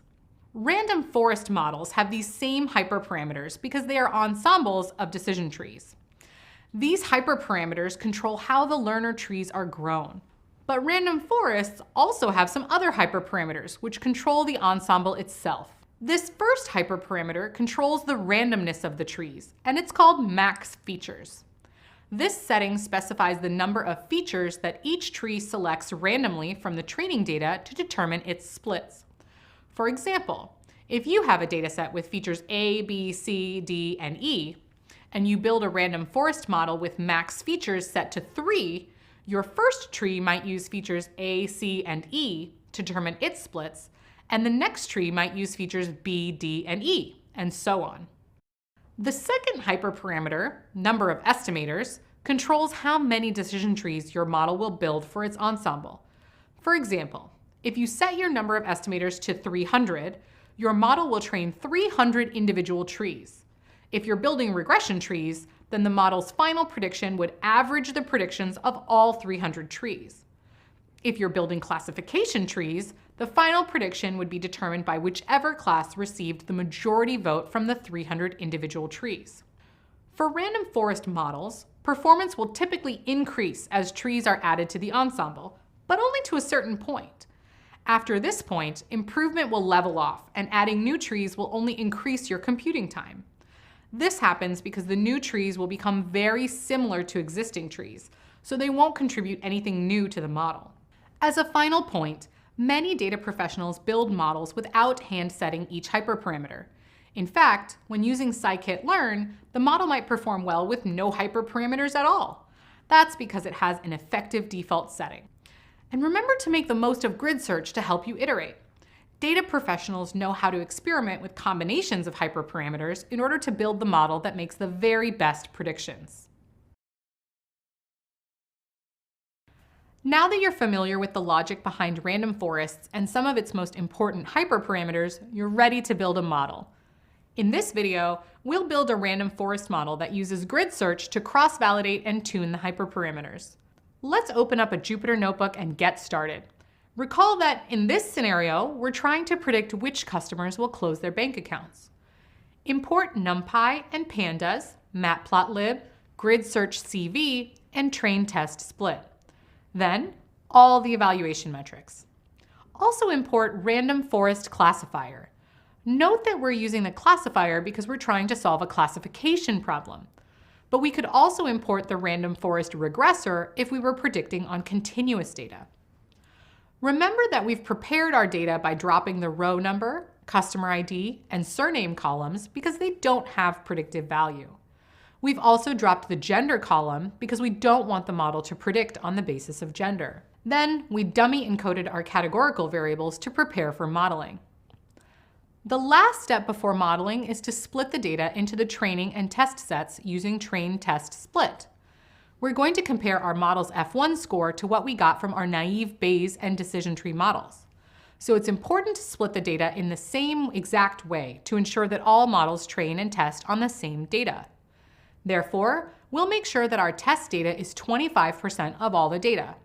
We'll also stratify based on our target column and set the random seed to 42, just as we did previously. This splits our X and Y data into X-train, X-test, Y-train, and Y-test. Okay, we're ready to model. Let's find out what happens if we tune our model using cross-validation. One thing you'll notice when we build ensemble models is that the training time will usually be much longer than what you've experienced so far.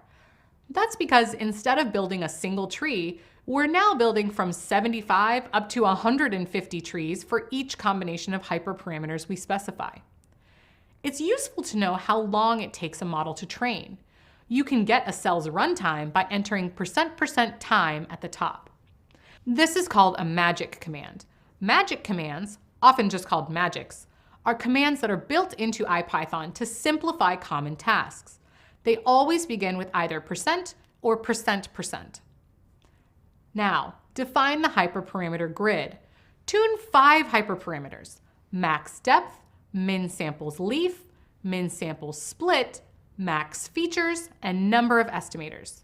Notice that for max depth, none is included. This means that one of the options allows the trees to grow without a specific limit on their depth.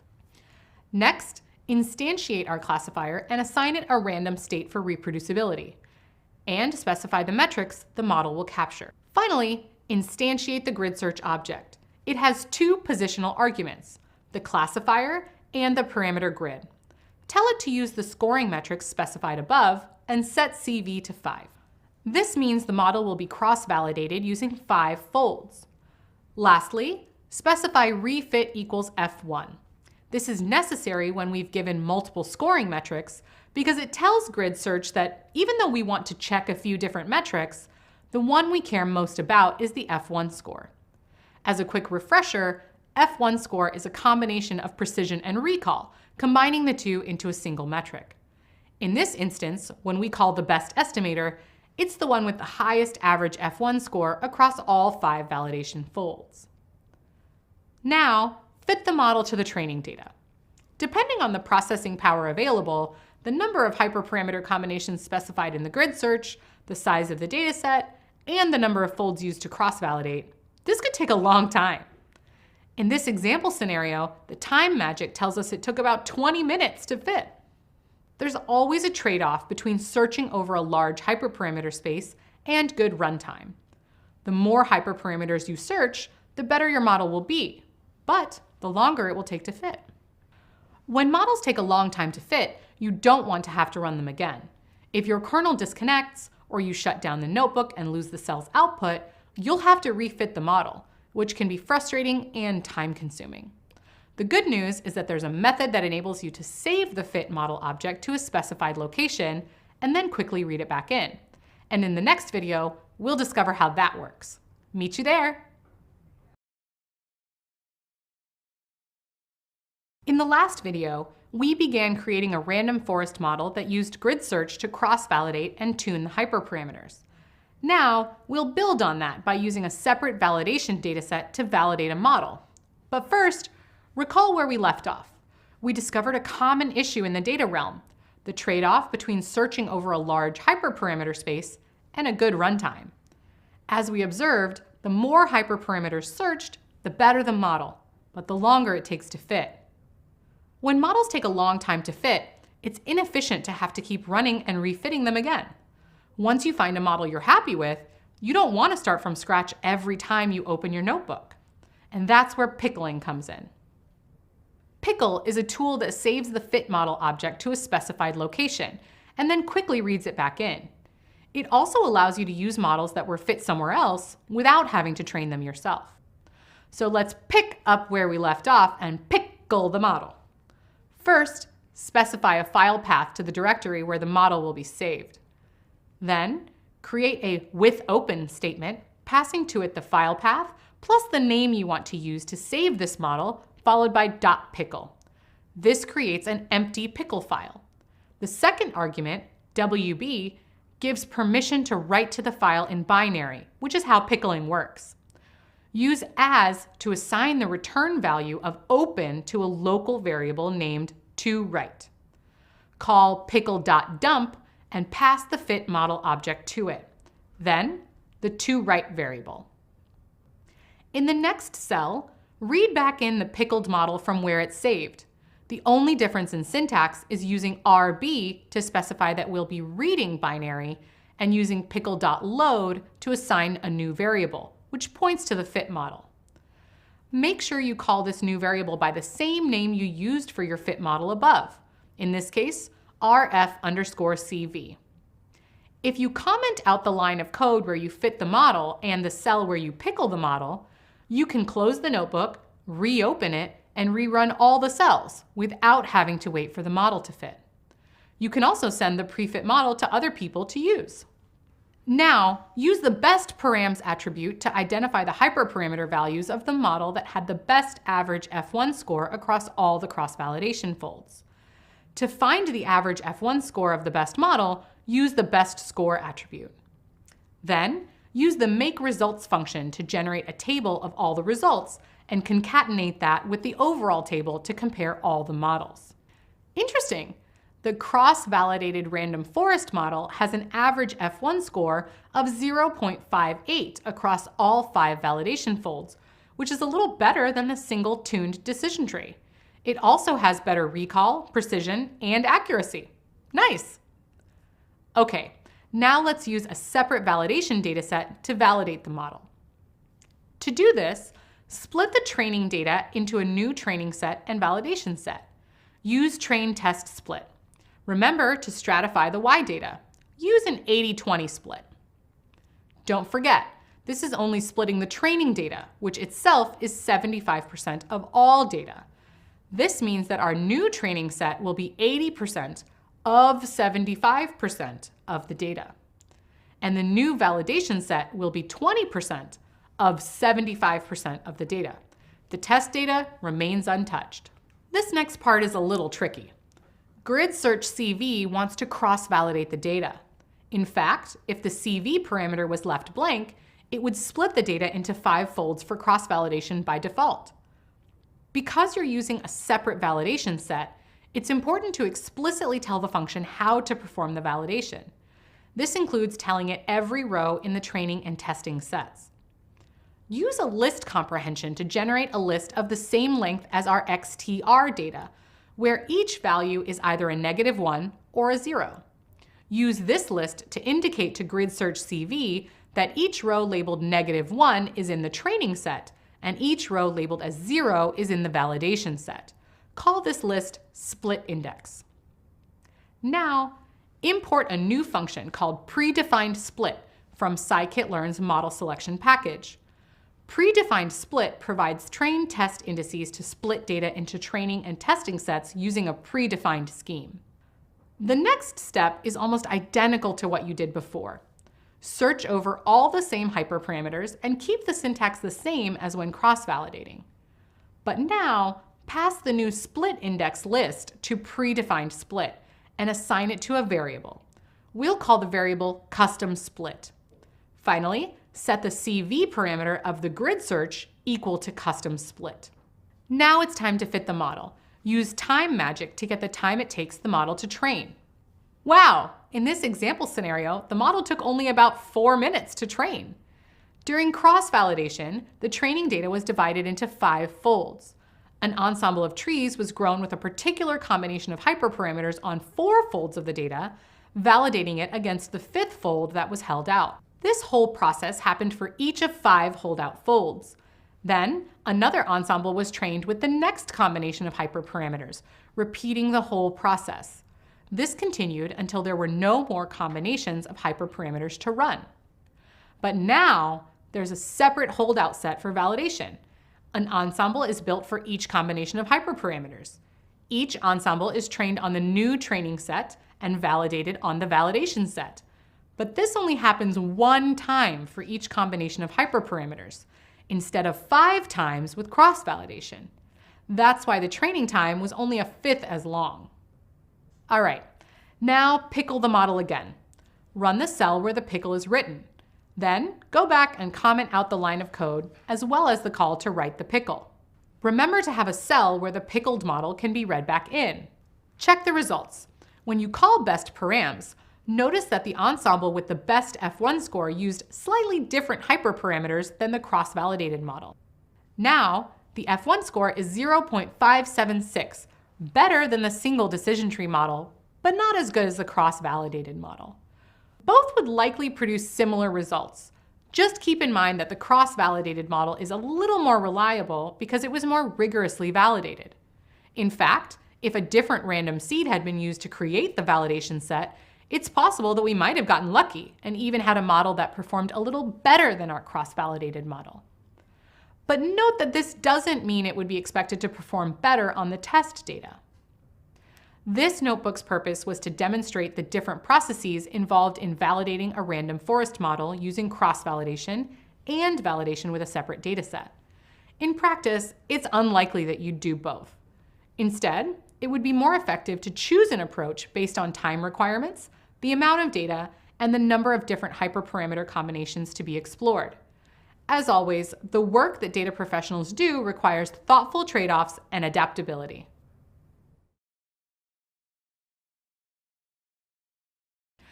Random forest is one methodology for building tree-based ensemble models. Now, I'm going to introduce you to another related methodology called boosting. Boosting is one of the most powerful modeling methodologies in the field. It's used in nearly every industry that relies on predictive modeling. Many winning models from Kaggle and other competitions use boosting. It's an essential tool in any modeler's tool belt.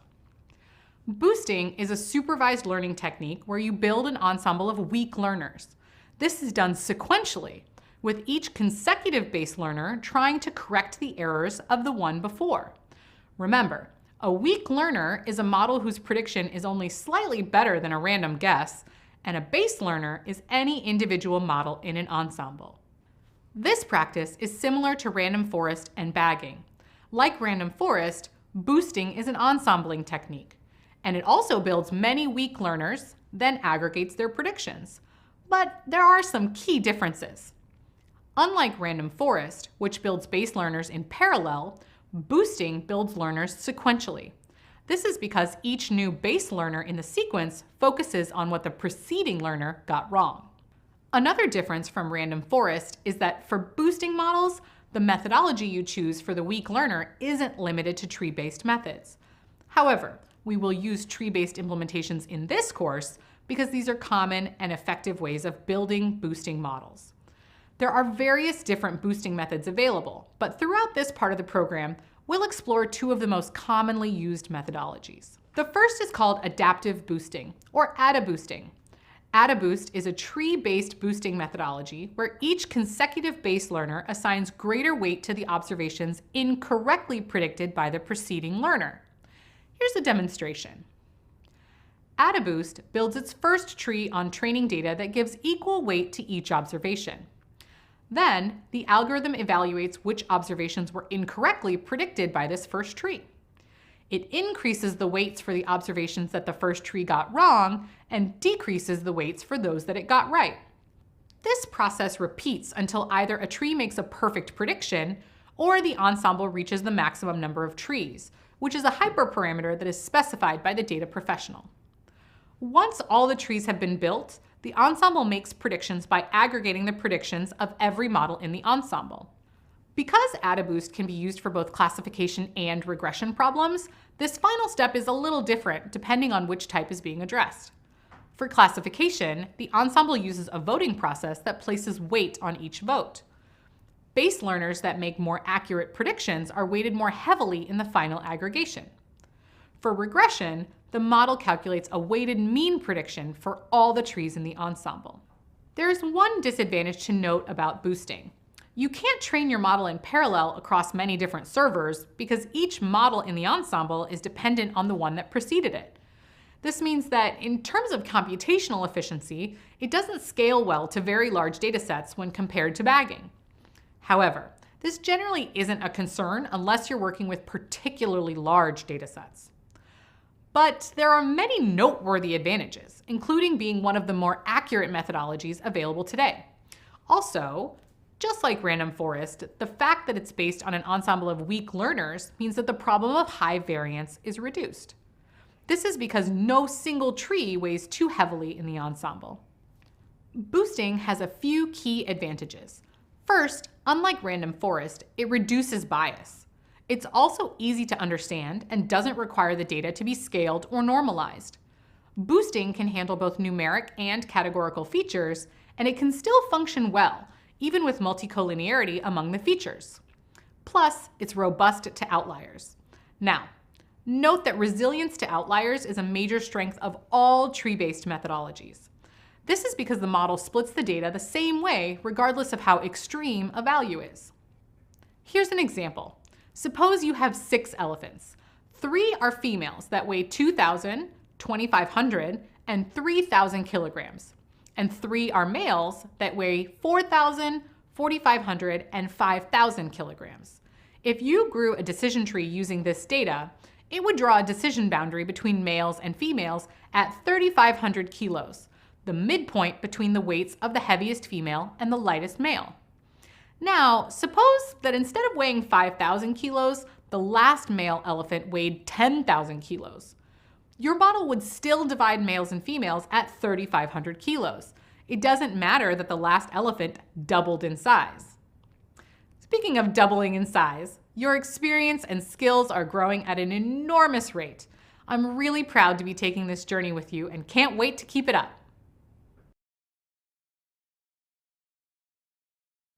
Previously, you learned that boosting is an ensembling technique that builds models sequentially, with each model in the sequence focusing on the mistakes of the previous one. And you discovered that AdaBoost works by assigning greater weight in each model to the incorrect predictions of the model that preceded it. Now we're going to explore gradient boosting.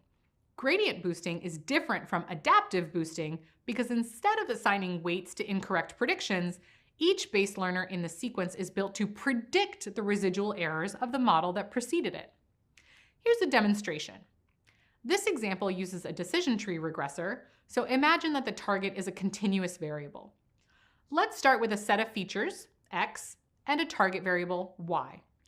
We'll train the first base learner decision tree on this data and call it learner 1. Learner 1 makes its predictions, which we'll call y hat sub 1. The residual errors of learner 1's prediction are found by subtracting the predicted values from the actual values. Call the set of residual errors error 1. Now, train a new base learner using the same x data, but instead of the original y data, use error 1 as the target. That's because this learner is predicting the error made by learner 1. Call this new base learner learner 2. Learner 2's predictions are assigned to y hat sub 2. Then compare learner 2's predictions to the actual values and assign the difference to error 2. In this case, the actual values are the errors made by learner 1. This process will continue for as many base learners as we specify. For now, repeat it just once more. Stopping here results in an ensemble that contains 3 base learners. To get the final prediction for any new x, add together the predictions of all 3 learners. If you like, pause the video now and repeat the process to review how it works. Ensembles that use gradient boosting are called gradient boosting machines, or GBMs. GBMs are among the most widely used modeling techniques today because of their many advantages. One of these is high accuracy. As we mentioned earlier, many machine learning competition winners succeeded largely because of the accuracy of their boosting models. Another advantage is that GBMs are scalable. Even though they can't be trained in parallel, like random forests, because their base learners are developed sequentially, they still scale well to large data sets. GBMs also work well with missing data. The fact that a value is missing is viewed as valuable information. So GBMs treat missing values just like any other value when determining how to split a feature. This makes gradient boosting relatively easy to use with messy data. Also, because they're tree-based, GBMs don't require the data to be scaled, and they can handle outliers easily. Gradient boosting also has its drawbacks. One is that GBMs have a lot of hyperparameters, and tuning them can be a time-consuming process. Another drawback is that they can be difficult to interpret. GBMs can provide feature importance, but unlike linear models, they do not have coefficients or directionality. They only show how important each feature is relative to the other features. Because of this, they're often called black box models. This is a model whose predictions cannot be precisely explained. In some industries, such as medicine and banking, it's essential that your model's predictions be explainable. Therefore, GBMs are not well suited for some applications. GBMs can also have difficulty with extrapolation. Extrapolation is a model's ability to predict new values that fall outside of the range of values in the training data. For instance, if one loaf of bread costs $1, 2 loaves of bread cost $2, and 3 loaves cost $3, a linear regression model would have no trouble predicting that 10 loaves cost $10. But a GBM wouldn't be able to unless it saw the cost of 10 loaves in the training data. Finally, GBMs are prone to overfitting if not trained carefully. Usually, this is caused by tuning too many hyperparameters, which can result in the trees growing to fit the training data, but not generalizing well to unseen data. You're doing a wonderful job filling up your data toolkit. Everything we're exploring together is priming you for an exciting career. Keep up the great work. There are numerous machine learning packages that include implementations of the boosting models we examined earlier. Most of them have many of the same tunable hyperparameters as decision trees, because the most popular ones use tree-based learners. They are also similar to random forests in that they have additional hyperparameters that control the ensemble as a whole. This video will explore some of these hyperparameters so you'll be able to assemble models that fit well to your data and make accurate predictions. The implementation of GBM modeling that we'll be using from this point on is called XGBoost. XGBoost stands for Extreme Gradient Boosting. XGBoost is used widely in the field of predictive modeling, and as a data professional, you're likely to encounter it frequently if you work with models. scikit-learn has its own GBM implementation, which is similar. But XGBoost is a commonly used gradient boosting package that has many useful optimizations.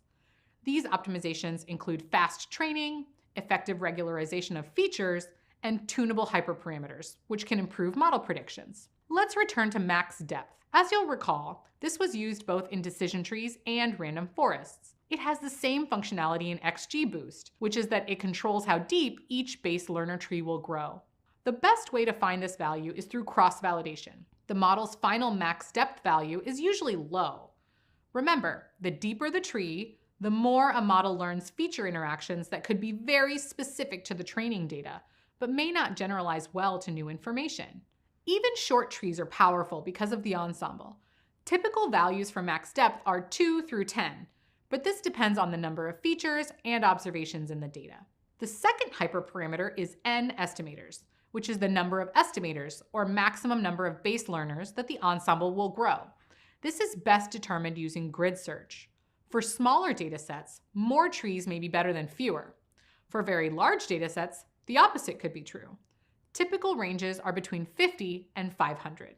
Now, let's investigate some hyperparameters that we haven't used before. This first one is very important. It's called learning rate. You'll remember that each time an ensemble builds a new base learner, it fits the data to the error from the previous model. In a basic implementation, the predictions of all the trees could then be summed to determine a final prediction. In this case, each tree's prediction is considered equally important to the final prediction. In practice, we use the learning rate to indicate how much weight the model should give to each consecutive base learner's prediction. Lower learning rates mean that each subsequent tree contributes less to the ensemble's final prediction. This helps prevent overcorrection and overfitting. Another common name for this concept is shrinkage, because less and less weight is given to each consecutive tree's prediction in the final ensemble. Think of it like riding a bike for the first time. Before you find your balance, you might move the handlebars too far in one direction, causing you to veer off course. So you need to make an adjustment, but often you'll overcorrect, so you need to shift back the other way. Each time you correct, you move the handlebars less and less until you're traveling smoothly in the direction you want to go.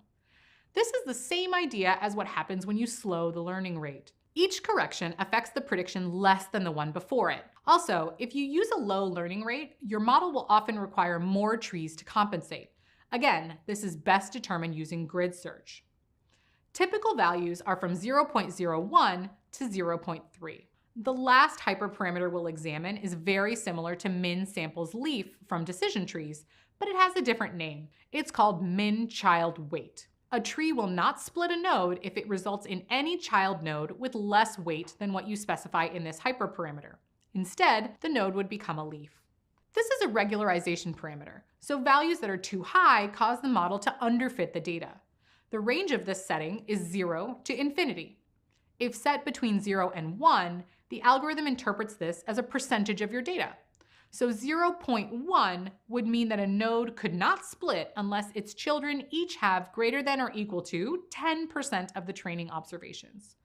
Generally, think of values greater than 1 as being equivalent to the number of observations in a child node. So a value of 10 would mean no child node could contain fewer than 10 observations. We're nearing the end of this course, and you've learned so much already. As always, make the most of course resources, and always feel free to return to any of these videos to keep practicing. In this video, we'll demonstrate how to build and tune an XGBoost classification model. We'll use this model to compare the performance of all our previous models and select a final one. Let's return to the bank churn data. Import most of the same libraries, packages, and functions used in previous models. NumPy, Pandas, Matplotlib, Pickle, all model metrics, grid search, and train test split. We have two new imports as well, XGB classifier and plot importance, both of which come from the XGBoost library. Remember that certain columns have been dropped, including customer ID and gender. Also, the geography column was dummy encoded. Just as before, assign features and target data to variables x and y. Then use train test split to split it into xtrain, xtest, ytrain, and ytest. Stratify based on the target and set the same test size and the same random seed used for previous models. This helps ensure a direct comparison when evaluating model performance. Now, begin modeling. Use grid search to tune some hyperparameters. Specifically, focus on max depth, min child weight, learning rate, and number of estimators. Define the values that grid search will permutate as a dictionary called CV params. Next, instantiate the classifier. Note the objective parameter was set to binary : logistic. This means that the model is performing a binary classification task that outputs a logistic probability. The objective would be different for different kinds of problems. For instance, if you were trying to predict more than 2 classes or performing a linear regression on continuous data. Now, set the random state. Score in the same way as random forest: accuracy, precision, recall, and F1 score. And finally, instantiate the grid search. Remember to set refit to F1, as this tells grid search to refit the model that had the best average F1 score when it finishes its search. Now, fit the model to the training data. Use the handy time magic so the cell outputs the time it takes to run. This example scenario took 9 minutes and 45 seconds. Okay, now pickle the model. It's also possible to use models that were built in other notebooks. For example, to use the random forest model, import it to this notebook using another with open statement. Call it rf_cv. Now, compare the models by using the best score attribute for both the new XGBoost model and the random forest model from earlier. In this case, XGBoost outperformed the cross-validated random forest model by a very close margin of just 0.003. Now, use the makeResults function created previously to generate a results table for this model and append it to the overall results table. This makes it possible to compare the scores across all models. Sort the results on the F1 column in descending order. The table clearly shows that our XGBoost model outperformed all other models when measuring on F1 score.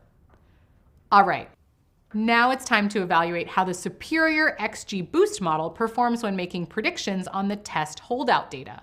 Use Grid Search CV's predict method to make predictions on the X test data and assign the results to the variable. Then, compare these predictions to the actual values contained in Y test and generate evaluation metrics.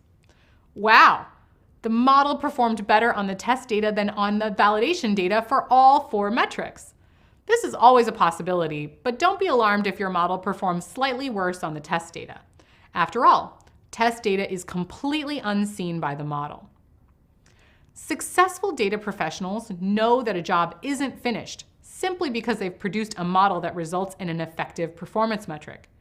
It's equally important to interpret that model and make recommendations based on the findings. A confusion matrix is very helpful when assessing a model's variables and features. For instance, in our model, from the 2,500 people in our test data, there are 509 customers who left the bank. Of those, our model captures 256. The confusion matrix indicates that when the model makes an error, it's usually a type 2 error. In other words, it gives a false negative by failing to predict that a customer will leave. On the other hand, it makes far fewer type 1 errors, which are false positives. Whether these results are acceptable depends on the costs of the measures taken to prevent a customer from leaving versus the value of retaining them. In this case, bank leaders may decide that they'd rather have more true positives, even if it means also capturing significantly more false positives. If so, perhaps optimizing the models based on their F1 scores is insufficient. Maybe we'd retrain them to focus on recall instead. What is certain is that our model helps the bank. Consider the results if decision makers had done nothing. In that case, they'd expect to lose 509 customers. Alternatively, they could give everybody an incentive to stay. That would cost the bank for each of the 2,500 customers in our test set. Finally, the bank could give incentives at random, say by flipping a coin. Doing this would incentivize about the same number of true responders as our model selects. But the bank would lose a lot of money offering the incentives to people who aren't likely to leave. Plus, our model is very good at identifying these customers. Another way to help explain our model is by checking the most important features. XGBoost gives us a very useful function called plot importance to let us observe the relative feature importance of our model. After we've imported the function, we can use it to output a bar graph by passing to it the best estimator from grid search. In our model, estimated salary, balance, credit score, and age were the top predictors of whether a customer will leave. It would probably be useful to return and do another EDA focused on these features. At this point, you might also want to add back in the gender column as well as a column of your final model's predictions to your original data. This would allow you to measure how evenly your model distributed its error across reported gender identities. From linear and logistic regression to naive Bayes, decision trees, random forest, and XGBoost, you're now equipped with a powerful set of tools. They'll help you stand out as a professional in the exciting and rewarding data career space. Out of all the models you've learned throughout this program, the tree-based modeling techniques are going to be some of the ones you'll use most throughout your data journey. In this section of the course, you discovered why tree-based models are often preferred over other supervised learning techniques, such as naive Bayes and logistic regression. From there, you explored decision trees. You learned how they worked, how to build them, and how they're used to make predictions on future events. Then, you considered hyperparameter tuning with decision trees. You learned about max depth and min samples leaf, understanding how changing these hyperparameters affect how the model is trained, and in turn, affect your model's performance. You then explored some more advanced tree-based modeling topics, such as ensemble learning. Two of these techniques in particular, bagging and boosting, enabled multiple decision trees to arrive at a model that works better than any one tree ever could. You implemented one of the most popular bagging methods, random forests, and observed how this technique compares to single decision trees. Then, you learned several boosting methods and came to understand two popular approaches, adaptive boosting and gradient boosting. After learning their differences and unique advantages, you implemented them in Python and again witnessed how they compare to random forests and single decision trees. And for each of these ensembling methods, you discovered how hyperparameter tuning can come into play. Whereas this made relatively minor differences and improvements with the single decision trees, you observed how tuning hyperparameters such as learning rate and N estimators can take an ensemble learning model from good to great. These models are some of the most cutting edge in data science today. The skills you gain with these tools will absolutely make you stand out to potential employers.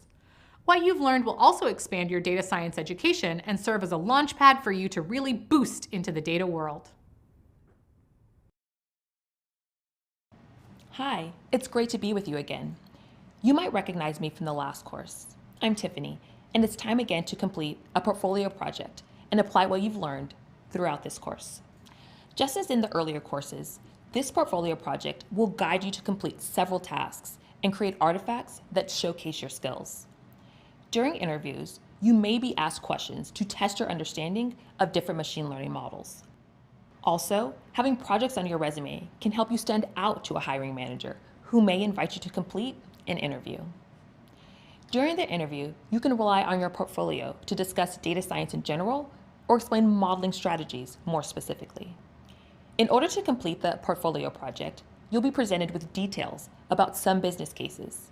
Choose one and use the instructions to complete a new entry in your PACE strategy document and create machine learning models to solve the problem.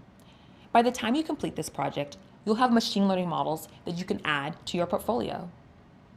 At this point, you're almost finished with this course, and you have learned everything you need to complete this project, and you're well on your way to advancing your career as a data professional.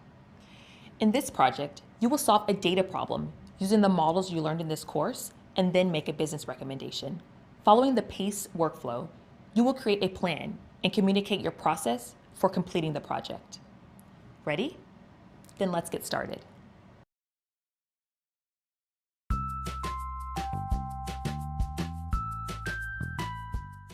I'm Uri. I lead analytical teams in Google, leading data scientists and product analysts. So I've interviewed north of 500 people over the years. Always what I look for is problem solving. Often I'll ask you about a project you did, and we're gonna drill down. I'm gonna ask you details. And it's gonna be something you've spent time with, right? You've went back and forth, you look at it from different angle. And I always wanna see that thinking about it as a few seconds as you tell me about it, cannot come up with better answer than you. So always pick the ones that you know very well and you can almost teach me, give me some new insight about it that is not obvious. If you can teach me something new, that's a magical moment for me. What you really want to show is that you can solve problems, right? You took something, you kind of thought it through, and you come up with something that is original, and you can communicate it outward. I want to see you framing a problem. Framing is about what is best? How do I measure it? How do I find data to help me? So you have to focus. I want to see that your project focus on something that is interesting. And very importantly, this has to be communicated out. And the best thing in my mind is visualization. You want to show how all of this translates to something that I understand. If you can kind of bring forward something nobody else did, or explain it in a unique way, that's always going to stand out. Here's what I always look for. Simple solutions to a hard problem. If it's too hard, nobody can do anything with it. So simple solutions, not obvious ones, simple ones, ones that are really a solution to a hard problem. Here's a pro tip. If you get comfortable feeling uncomfortable, then your growth is unlimited. That's where you want to be. That means that you're stepping out of your comfort zone and doing the stuff that matters. In this course, you learned about supervised and unsupervised machine learning models, how they work, and how to build them in Python. In the previous course, you practiced building, interpreting, and evaluating regression models. Up to this point, you've also been working hard to develop skills with Python, data visualizations, and statistics too. Now it's time to compile all of that knowledge as you complete this portfolio project. Here, you'll be presented with a business problem and a data set. You will then go through the PACE workflow to create a plan, build machine learning models, document your work, and select the model that would be the best solution to the problem. All of the models you build will be models that you learned in this course and may include naive Bayes, decision tree, random forest, XGBoost, and even K-means. You'll also select an appropriate evaluation metric to gauge your model's performance. As you learned in this course, data professionals analyze and discover patterns in data, which inform the most appropriate models that are needed to solve business problems. Then they communicate about their work and recommendations to colleagues and stakeholders. And remember, building these models will require a bit of patience. You've done an excellent job developing your skills, and they will definitely be useful as you complete this project. Please feel free to return to any of the other videos and course materials if you need a refresher on any of the content. At this point in your program progress, you've covered so many topics, everything from understanding the data career space to Python, visualizations, statistics, modeling, and more. Your portfolio includes machine learning models on a dataset to solve a problem, and your PACE strategy document has a new entry where you explain your work at each stage of the process. Through every step of this program, you've created a number of artifacts to add to your portfolio that demonstrate your knowledge and skills. There is so much to be proud of. There are multiple ways you can highlight your work and explain what you've done to potential employers and hiring managers in future interviews. As I've mentioned previously, you'll want to dedicate interview time to talking about the tools you've learned about, the transferable skills you've developed, and the experiences you've had in this program. As a data professional, you may be asked to learn and adapt to new tools on the job, just as we have illustrated in this program. There are a lot of great tools out there, and different businesses use different tools and skills depending on their needs. As you apply for jobs, keep in mind that you have learned a lot of transferable skills that can be applied across different tools. In this course, we discuss the importance of determining the most appropriate models to use based on the problem you are solving and data available. Along the way, you discovered you can use different machine learning models to help find a business solution. And you acknowledged that it's important to explain your process when working with machine learning models. During an interview, it may be the case that you are asked, how would you use supervised learning models to address a business problem? How can you use different machine learning models to help you find a business solution? Why is it important to explain your process when working with machine learning models? I encourage you to consider what you have learned in this program to begin answering these questions. Of course, there will likely be other points of discussion in the interview as well. In this portfolio project that you just completed, you built different machine learning models using Python. These models helped identify potential solutions to a unique business challenge. Additionally, you recorded a new entry in your PACE strategy document that details your thoughts, considerations, and process steps for this project. I'll also highlight that this project built upon the knowledge you developed as you progressed through this program. Now you're prepared to perform the tasks and responsibilities of a data professional. As a reminder, your interviewers have a business challenge, just like stakeholders on data projects. They have an open job position they need to fill.